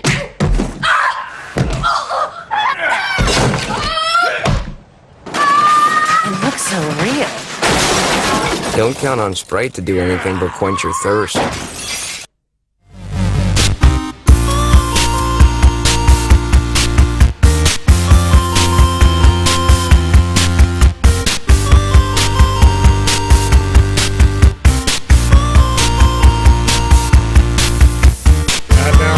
Weekend update with anchor person Dennis Miller. I mean, we're back. Sorry. Every time I play that song in my head, it's like it's back to that SNL bit. Back on the Wrestle Cast, RVT production, BrokenInfinite.com, Podomatic.com, YouTube.com, and we're live on Twitch.tv/RVT Entertainment as per usual. Matty and TWK here with you as per usual. And, yeah, so let's talk about the tale of the stolen/abandoned fucking belt. Jesus H. Christ.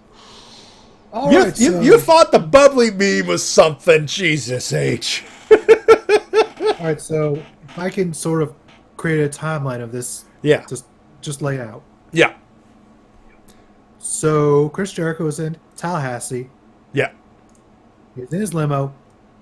Decides to go to a Longhorn Steakhouse, and he leaves the belt in the limo while he's getting his meal. Yeah. Have a nice dinner, I guess. And his limo driver was like, "Oh, we picked up some of the wrong luggage." Went to the airport, dropped it off, and then he returned to the Longhorn Steakhouse and told Chris Jericho the belt's missing. SpaghettiOs. So Jericho more than likely flips his shit, calls the cops. Hey, I lost my luggage, including a $30,000 goddamn belt. And then, being Chris Jericho, he cut the promo in his mansion where he was, quote unquote, launching a worldwide manhunt for it. Of course, he's in his mansion and he's literally in a hot tub, enjoying a bit of the bubbly, working the gimmick there. Always on point. And then 24 hours later, it turns out that it was found on the side of the road, and a good Samaritan brought it over to the Tallahassee PD. They took a picture. There's a manly picture of a police officer holding the championship like a man. And by the end of the day, Chris Jericho cuts another promo with a belt and another glass of the bubbly, and there you go. Also, yes, that's a really crazy tale, because when the Tallahassee police originally put up that picture, like minutes later, they deleted it for some reason. Why would you do that? Like, come on, that's good publicity. You found it.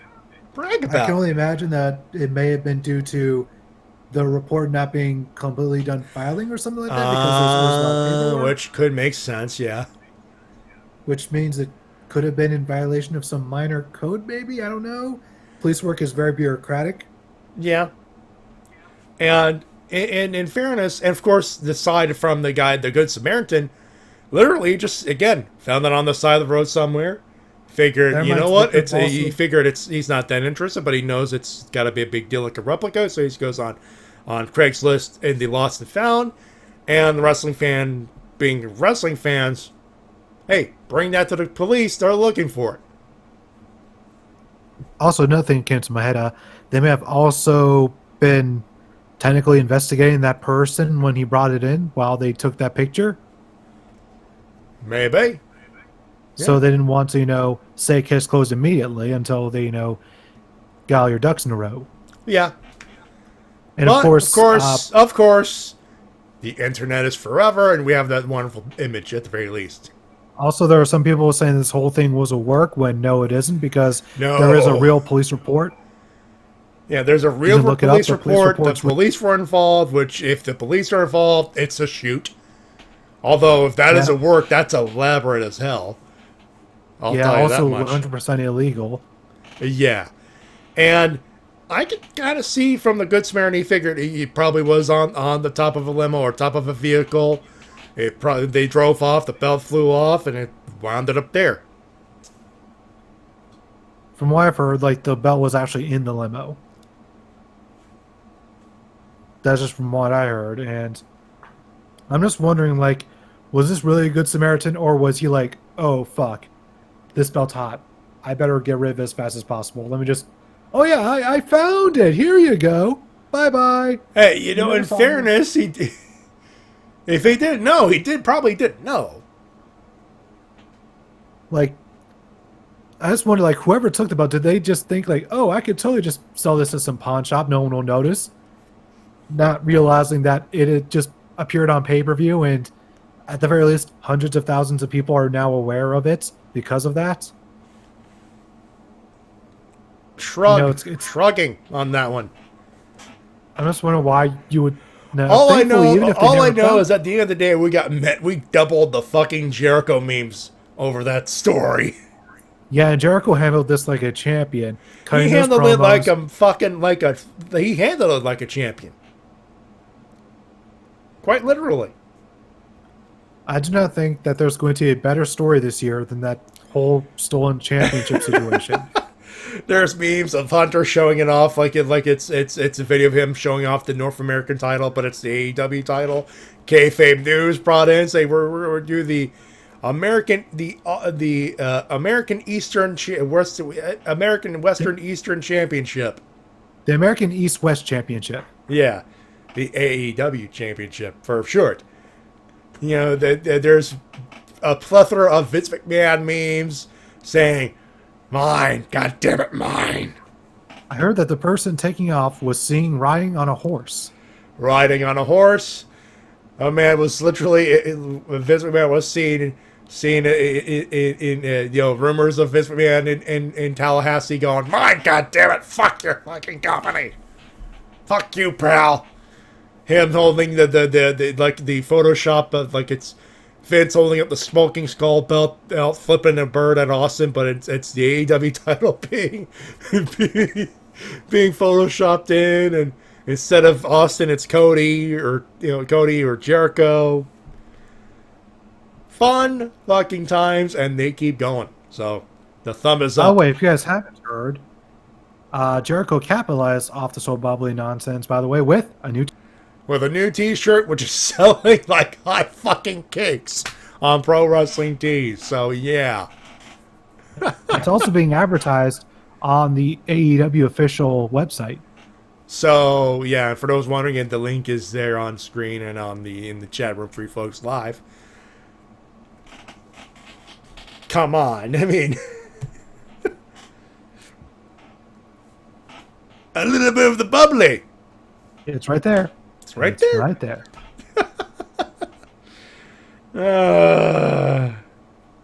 You want some more insanity? Yeah, we need more insanity. Ric Flair. Oh, God, say no more here. Okay. Ric Flair is trying to trademark a phrase of his that is not trademarked or copyrighted by WWE, of course. The phrase in question? The Man. A nickname that he has really not used, and it's a very vague term, and he's only used it in reference to his longer catchphrase, "To be the man, you have to beat the man." That's the only context he's ever used that in. So a lot of wrestling pundits are just calling this Ric Flair trying to get another alimony check. Well, he is Ric Flair, and he does go through his money like it's going out of style. Yeah. He has a bad habit of doing that. He's a worse spender than me. Put it that way. Yeah. So, yeah. It is what it is. It's Ric Flair, doing what he can, but it's like the tact on Ric Flair there. It's not good looking. No. According to the rumor mill, just rumors, Charlotte's not happy about this. Can you blame her? Yeah, I mean, Becky is like her best friend. And she's working for the people that Rick is trying to indirectly fuck over. Yep, there's that as well. So it's like, yeah, I'm the daughter of Ric Flair, the same guy that's trying to fuck over my company over a child. It's like, please don't punish me, Vince. Anyway. Reverend brought up talking about that meme I was talking about earlier. You don't have it anymore! You don't have it anymore! It's mine! It's mine! Bird. Good time. Good times. Anyway. So yeah, Ric Flair, being Ric Flair? I guess. That's the best way they could put it. More insanity.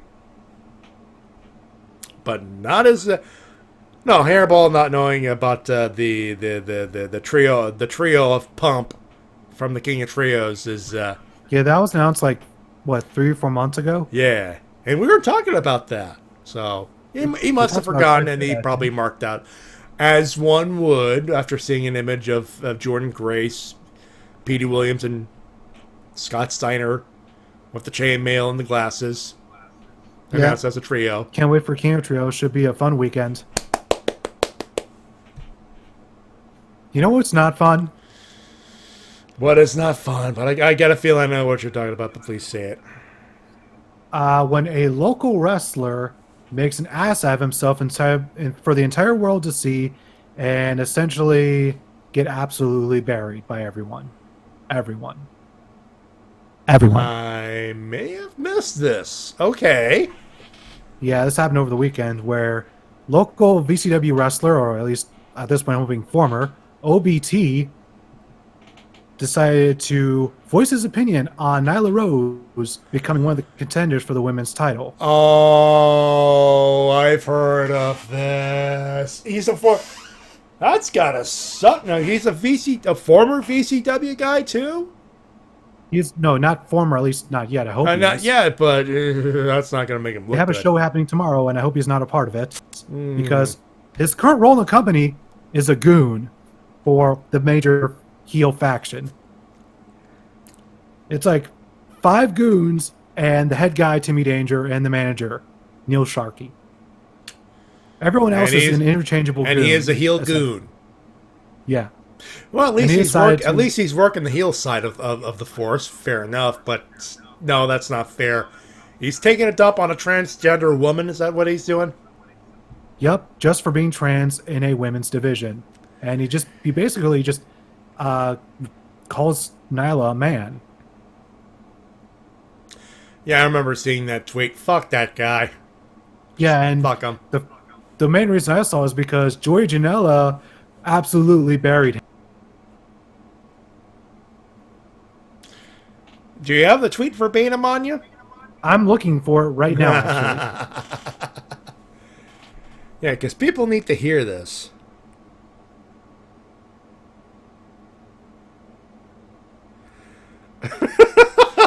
I'm literally on my phone looking for someone else to talk about. And urinating tree. Raiders of the Lost Season. Diva. Antonio Brown. Lol cow.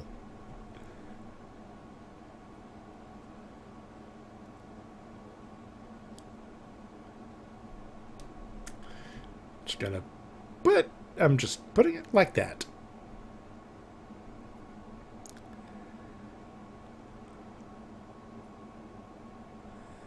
Oh God. I'm just checking on Facebook right now. There's a meme. Chris Jericho cutting his worldwide search promo. The caption, when a little bit of the bubbly is more over than anyone in the wrestling business. Yup. Any luck there, T-Dub? I'm searching. I'm going to find it. I'm going to find it. Well, while you do, I think one thing that is of interest to some people, I guess, Marty Scurll's contract with Ring of Honor ending allegedly in November. And something that's also interesting is the fact that Matt Taven's supposedly ends at the end of this. Ooh. See, at the end of September, which makes you wonder why not put the belt on Marty? Probably a case of they're trying to build up a thing. I don't know either. You know, I know how to find the link. 1 second. I posted in one of my Facebook groups. Aha! The T-Dub shall look. I do apologize, ladies and gentlemen. Yeah, it usually doesn't take that long to find a good tweet like that. George Janela tweets a lot. He does. In fairness, he does.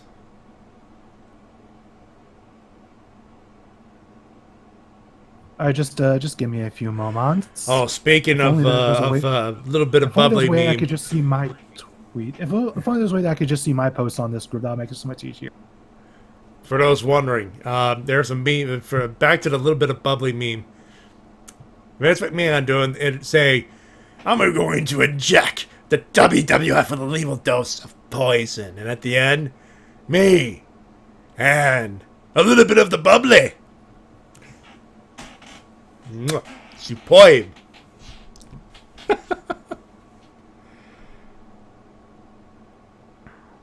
By the way, for those wondering, Also, I just scrolled past another bubbly meme.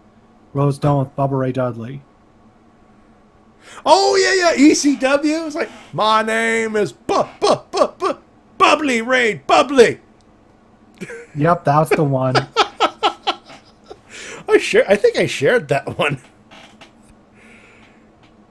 You know what, let me take a look here. Let me take a look.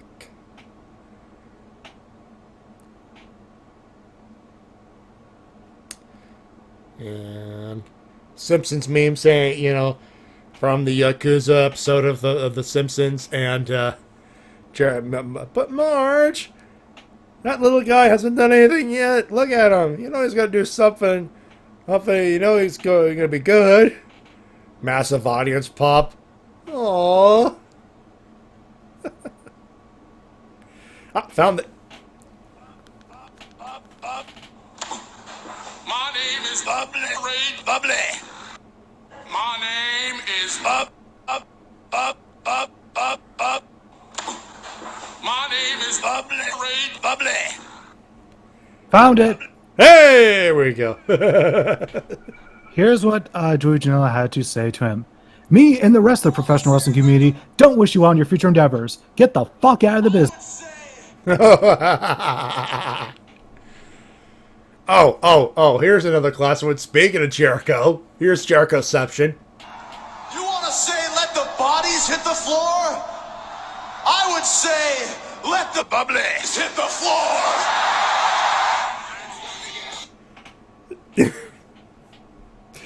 What can I say? I love that fucking meme. Also, JJ Blake also had something to say to him. Here's what he had to say. This is even better. This is a complete burial. This is just destroying him on a personal level. Go ahead. Sorry, I was saying something. Yeah, go ahead. Oh, that's why I hear Shook deleting tweets, right? You delete tweets, you leave the arena when someone shows up ready to drag your ignorance in person, and you play voting whenever you perceive yourself to be receiving same ugly you spew out, you jabroni bruh.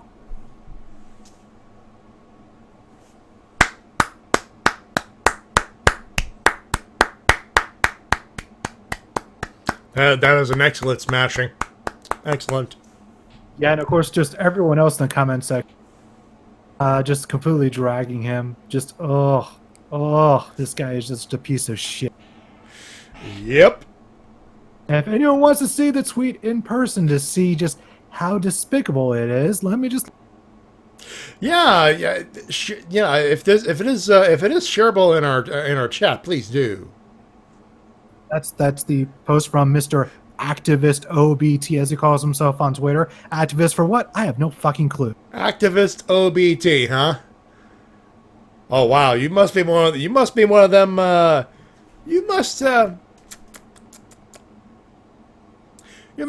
of them straight pride parade people. It honestly would not surprise me at this point. Yeah, we do have a straight pride parade. It's called the Thanksgiving parade, the St. Patrick's Day parade. We got all the parades. LGBT, they get one. Don't shit on it. Also, fuck it. Also, for those who want it, my favorite little bit of the bubbly meme. Dental plan. A little bit of the bubbly. Dental plan. A little bit of the bubbly. Dental plan. A little bit of the bubbly. Dental plan. A little bit of the bubbly. Dental plan. A little. Just stuck in my head all week, that one. Okay, something to bring the mood back up. And more, T-Dub, more. Yes. Move on to some better news. Ooh, better news. We appreciate the better news. They finally did something interesting with Bailey, it seems, when they turned her heel. Couple months too late and out of fucking nowhere, but okay. It's at least something, interesting It's to do something with her. new. They're trying to refresh the character-ish. I'm hoping that they're just biding their time before they make any drastic changes. Probably over the SmackDown move, more than likely. Yeah, because I think that the main reason that they're not getting the full heel reaction is because she's still doing mostly babyface actions during her entrance, which they might be going for the Kurt Angle effect essentially with the delusional heel streak. Yeah, maybe. And it's one of those. I'm like, shrug. We don't know what the fuck they're thinking.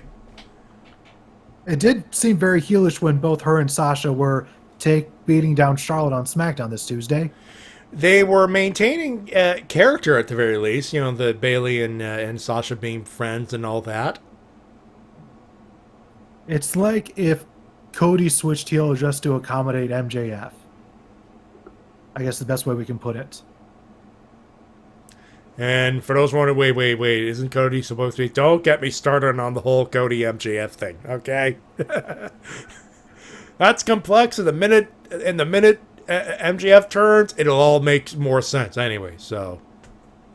Yeah. Speaking of something that doesn't make sense, the Roman Reigns storyline, which turns out, to the surprise of nobody, was written week to week with nothing in... there's no clear vision for it, apparently. You want to know why, folks? You want to know why? Rip!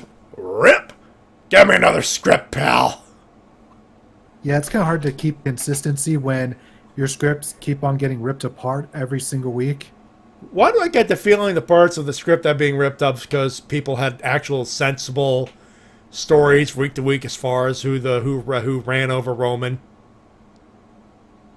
Daniel Bryan, that's too predictable, goddammit. Everyone's going to see that coming. Come up with something new, something fresh. And apparently, the newer ideas were thought up by Bischoff, if the rumor net is supposed to be believed, and he's catching, and if that's true, he's catching shit, which,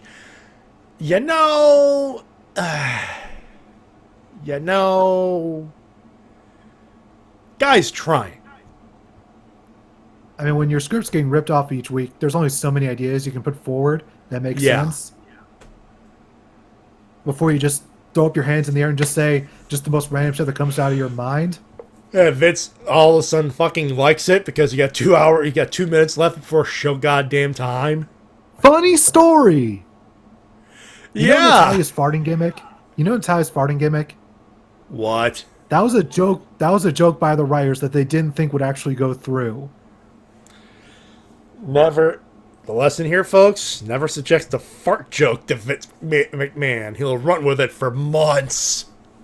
Yeah, they thought, oh, let's just pitch this. It's not going to go through. He's just going to reject it like all our other ideas.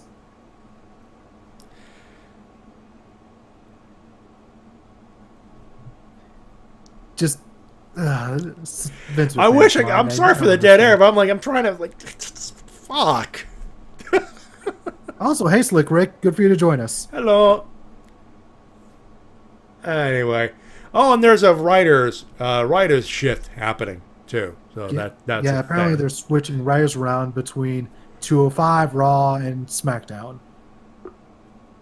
So that's a thing that's happening. I just can't wait for Vince to go deal with the XFL and not deal with WWE. Just leave that to Triple H. Yeah, Mike said it best. So literally when they throw shit at a wall, it will stick. Yep. And some better news, it seems like they're starting to have less scripted promos on Raw, so we have that going. The promos have been getting better, to be fair. That's what happens when you let people use their own terminology, use their own words and vocabulary, instead of just using the same ones that everyone else does, which makes everyone sound so robotic, so just phony. Because if everyone uses the exact same words with the exact same cadences, it just sounds like copy and pasting onto different people. Also, guess what match just got announced for Raw this week? Yeah, Madison Square Garden. This is Charlotte and Becky. Rey Mysterio versus Grand Metalik. They're probably only going to give it like 5 minutes and fuck us over because it's Vince McMahon and he doesn't like small guys, but give these guys free segs. Or at least 2. Give them at least 15 minutes. They'll tear the house down. Please, they will tear down MSG.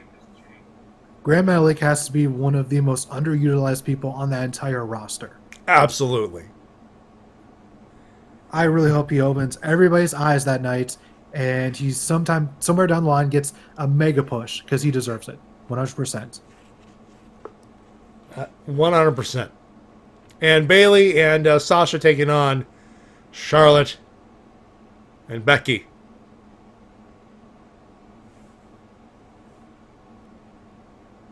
All right, then. Yeah, that's one of the matches announced. And, of course, the contract signing take 2 with Stone Cold Steve Austin with fresh cans of whoop ass if AJ and the Good Bros try to do something again. If the OC shows their face around here, I'm going to give them 1 stunner, 2 stunners, 3 stunners. Hell, I give them a whole barrel of stunners. Yeah, give me a hell yeah. Hell yeah. And that's the fishing line, because Shark Boy said so. Didn't see the twist coming, huh, folks? Anyway, so that's what's happening. Hey, you want something funny? So sure. back to all out. The women's battle, the casino battle royale. Britt Baker and Brie Priestley are pretty much beating the crap out of each other on the thing. Someone tweets it, and Will Ospreay retweets it. Says, "Yo, Adam Cole, baby, we cool, right?" And I'm cool. Adam Cole, baby, responds, "Yeah, we're cool, man. Our ladies, not so much."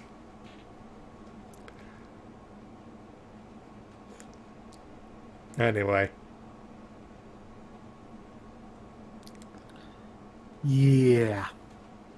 Also, apparently, one thing I don't understand is why B. Priestley no-sold the Gorilla Press Slam. I don't get it either, to be honest.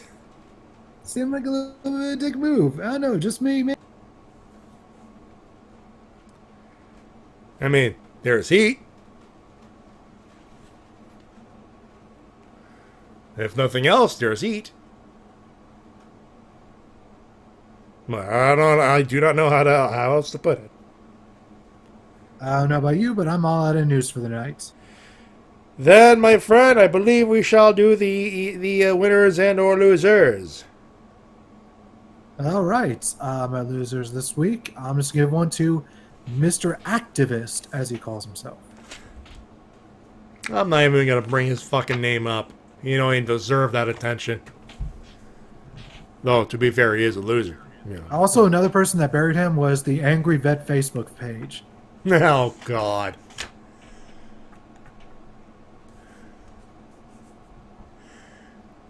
Ooh. Mike has a question. I do have a question. I can meet Lisa Marie Veron, Honky Tonk Man, Kevin Nash, and Jim Ross tomorrow. Who do I meet first? Let's see.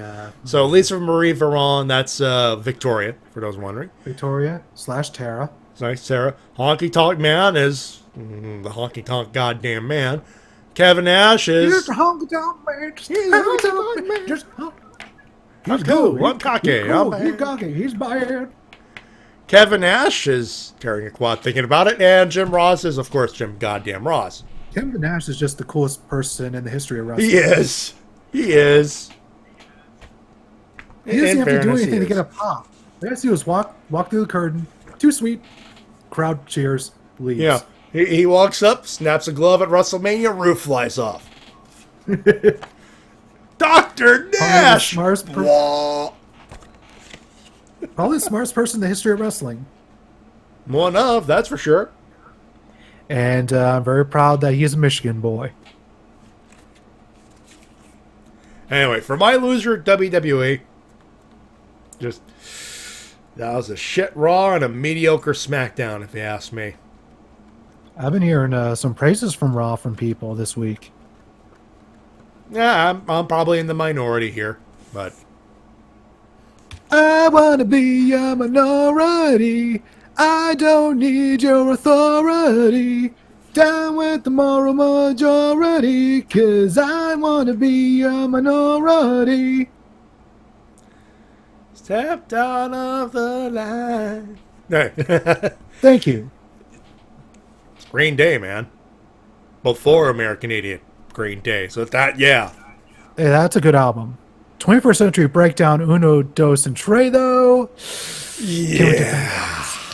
Yeah. And like I said, pre-American Idiot was fucking awesome. American Idiot was good. Everything else after that, debatable. Thankfully, they redeemed themselves with Revolution Radio. They finally redeemed themselves. Fair point, that's very true. Day, give us another good album, and we'll be golden. Yes. My favorite song is Warning. Ah, okay then. Nevertheless, okay. So winners. I think we should go. Let's do winners. Let's see. I guess I should get to that eventually. Yes. Before we all die of old age. We're just kidding. I'm going to give my winner to the world of wrestling, because it was a good week overall for wrestling. Really, you had plenty to choose from. You were definitely not starved for content. No. And I can't wait to see what AEW does once they premiere on television. Like, we already know some of the matches, but I can't wait to see how it's all presented. Like, that's the big thing. Yeah. Mike Shell, another winner, Bailey joining the dark side. That's fair enough. Winner me, I'm going to Wizard World Comic Con tomorrow to meet them, and so many more. Have fun, Mike. Honestly, have fun. Yeah, by the way, he's doing Wizard World Comic Con this weekend. Next week he's in Texas with Easy for More Phenomenal Expo. You're gonna be a busy boy. You're gonna be tired after. You're gonna be happy to have a weekend. No kidding.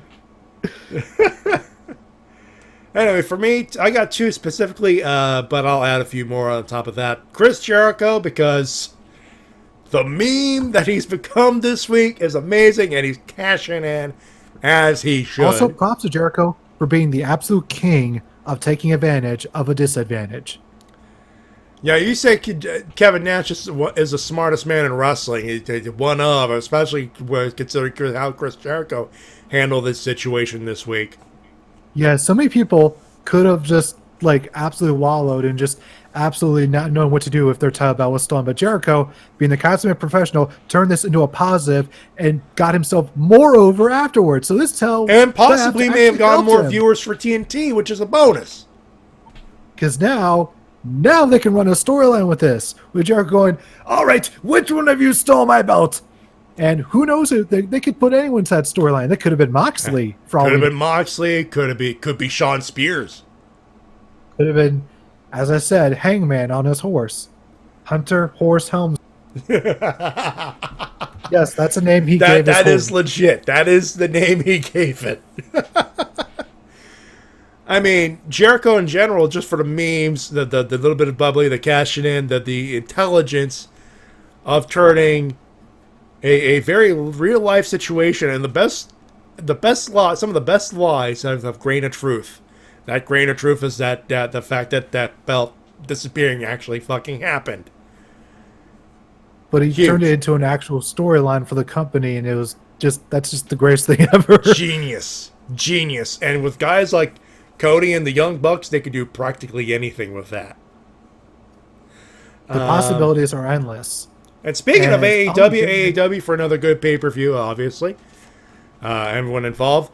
NXT UK for the main event. 5.25 stars is a thumbs up. Bucks and Lucha Bros, 5.25 stars. The thumbs up is there as well. Nyla Rose, because fuck you bigots. She's cool. Yeah, she might be a bit green, but, she's still a woman in a woman's division, and she's still showing a lot of promise. And how many people thought she looked badass and awesome in that outfit she had? I thought she looked hot as hell, and you can't teach that. I thought she looked quite badass as well, and she performs quite admirably, especially that cartwheel kick. Holy hell! Oh shit! Yeah, absolutely on that. She still has a bit to go with their full potential, but the potential is there, and I think she could be a huge star for the company. And although I will say this, I'm not sure about putting the belt on her yet, just because they have one heel champion in Jericho, and unless they put the tag belts on a babyface team, I want them to go too heel heavy. I want all the belts going to heels. So I guess it all depends on who wins the tag belts. It depends on how the match looks and everything else. There's a lot of moving parts still moving. Yeah. That's why I meant to moving parts. A lot of moving parts still haven't been placed, so the next couple of weeks is going to be very interesting. Oh yeah. That being said, that's going to do it. You're working on a new video, I know that. Yeah, working on a new video. Should be out within the next week. You want to get that early? Patreon.com/TWK reviews to support them. Any monetary value will help, of course. And of course, on my end, my tip jar at PayPal that I made /MattyJ316. We got a merch store at streamlabs.com/RVTentertainment/merch. We still have some of those Ranger Recap tote bags, limited edition. You want to shop at a con, rep us and all that stuff?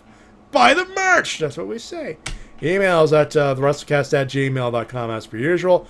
You can follow us on Twitter at MattyJ316 and at TWK Review, at TWK Official. How do I fuck that up? The thing's right in front of me, for God's sakes. And, of course, I'm on Instagram as well, at MattyJ316 as well. That's going to do it, ladies and gentlemen. We thank you very much for tuning in and all that good stuff. On behalf of my good buddy TWK. Until next time, this is TWK. Work your gimmick! Yeah, for our, it's weird. It came out through, but in the middle of it, it snapped like a Slim Jim. Work your gimmick! It still came through, but then in the middle, it sounded like you snapped it to a Slim Jim to do that. I thought that sounded cool. Ooh, yeah! Work your gimmick. Yeah! My name is Matty J, reminding you to help professional wrestling. Yeah! Support your independent promotion as soon as possible. I don't know. Felt like doing that. Have a good one. Have a safe one. We'll talk to you next week, folks. Have a good one. Bye, everybody. Bye.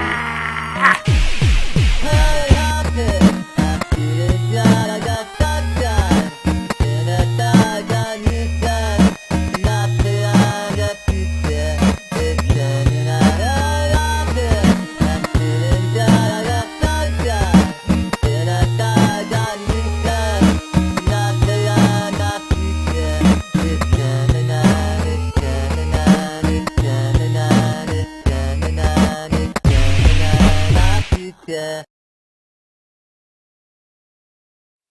Gets bunch of crap. Look, olives. Look at this. Look, this olives with nothing in there. And you look at this one. There's a little guy in there. Can't even get proper olives, can you? What else we got? Oh, a little bit of the bubbly. It's begun!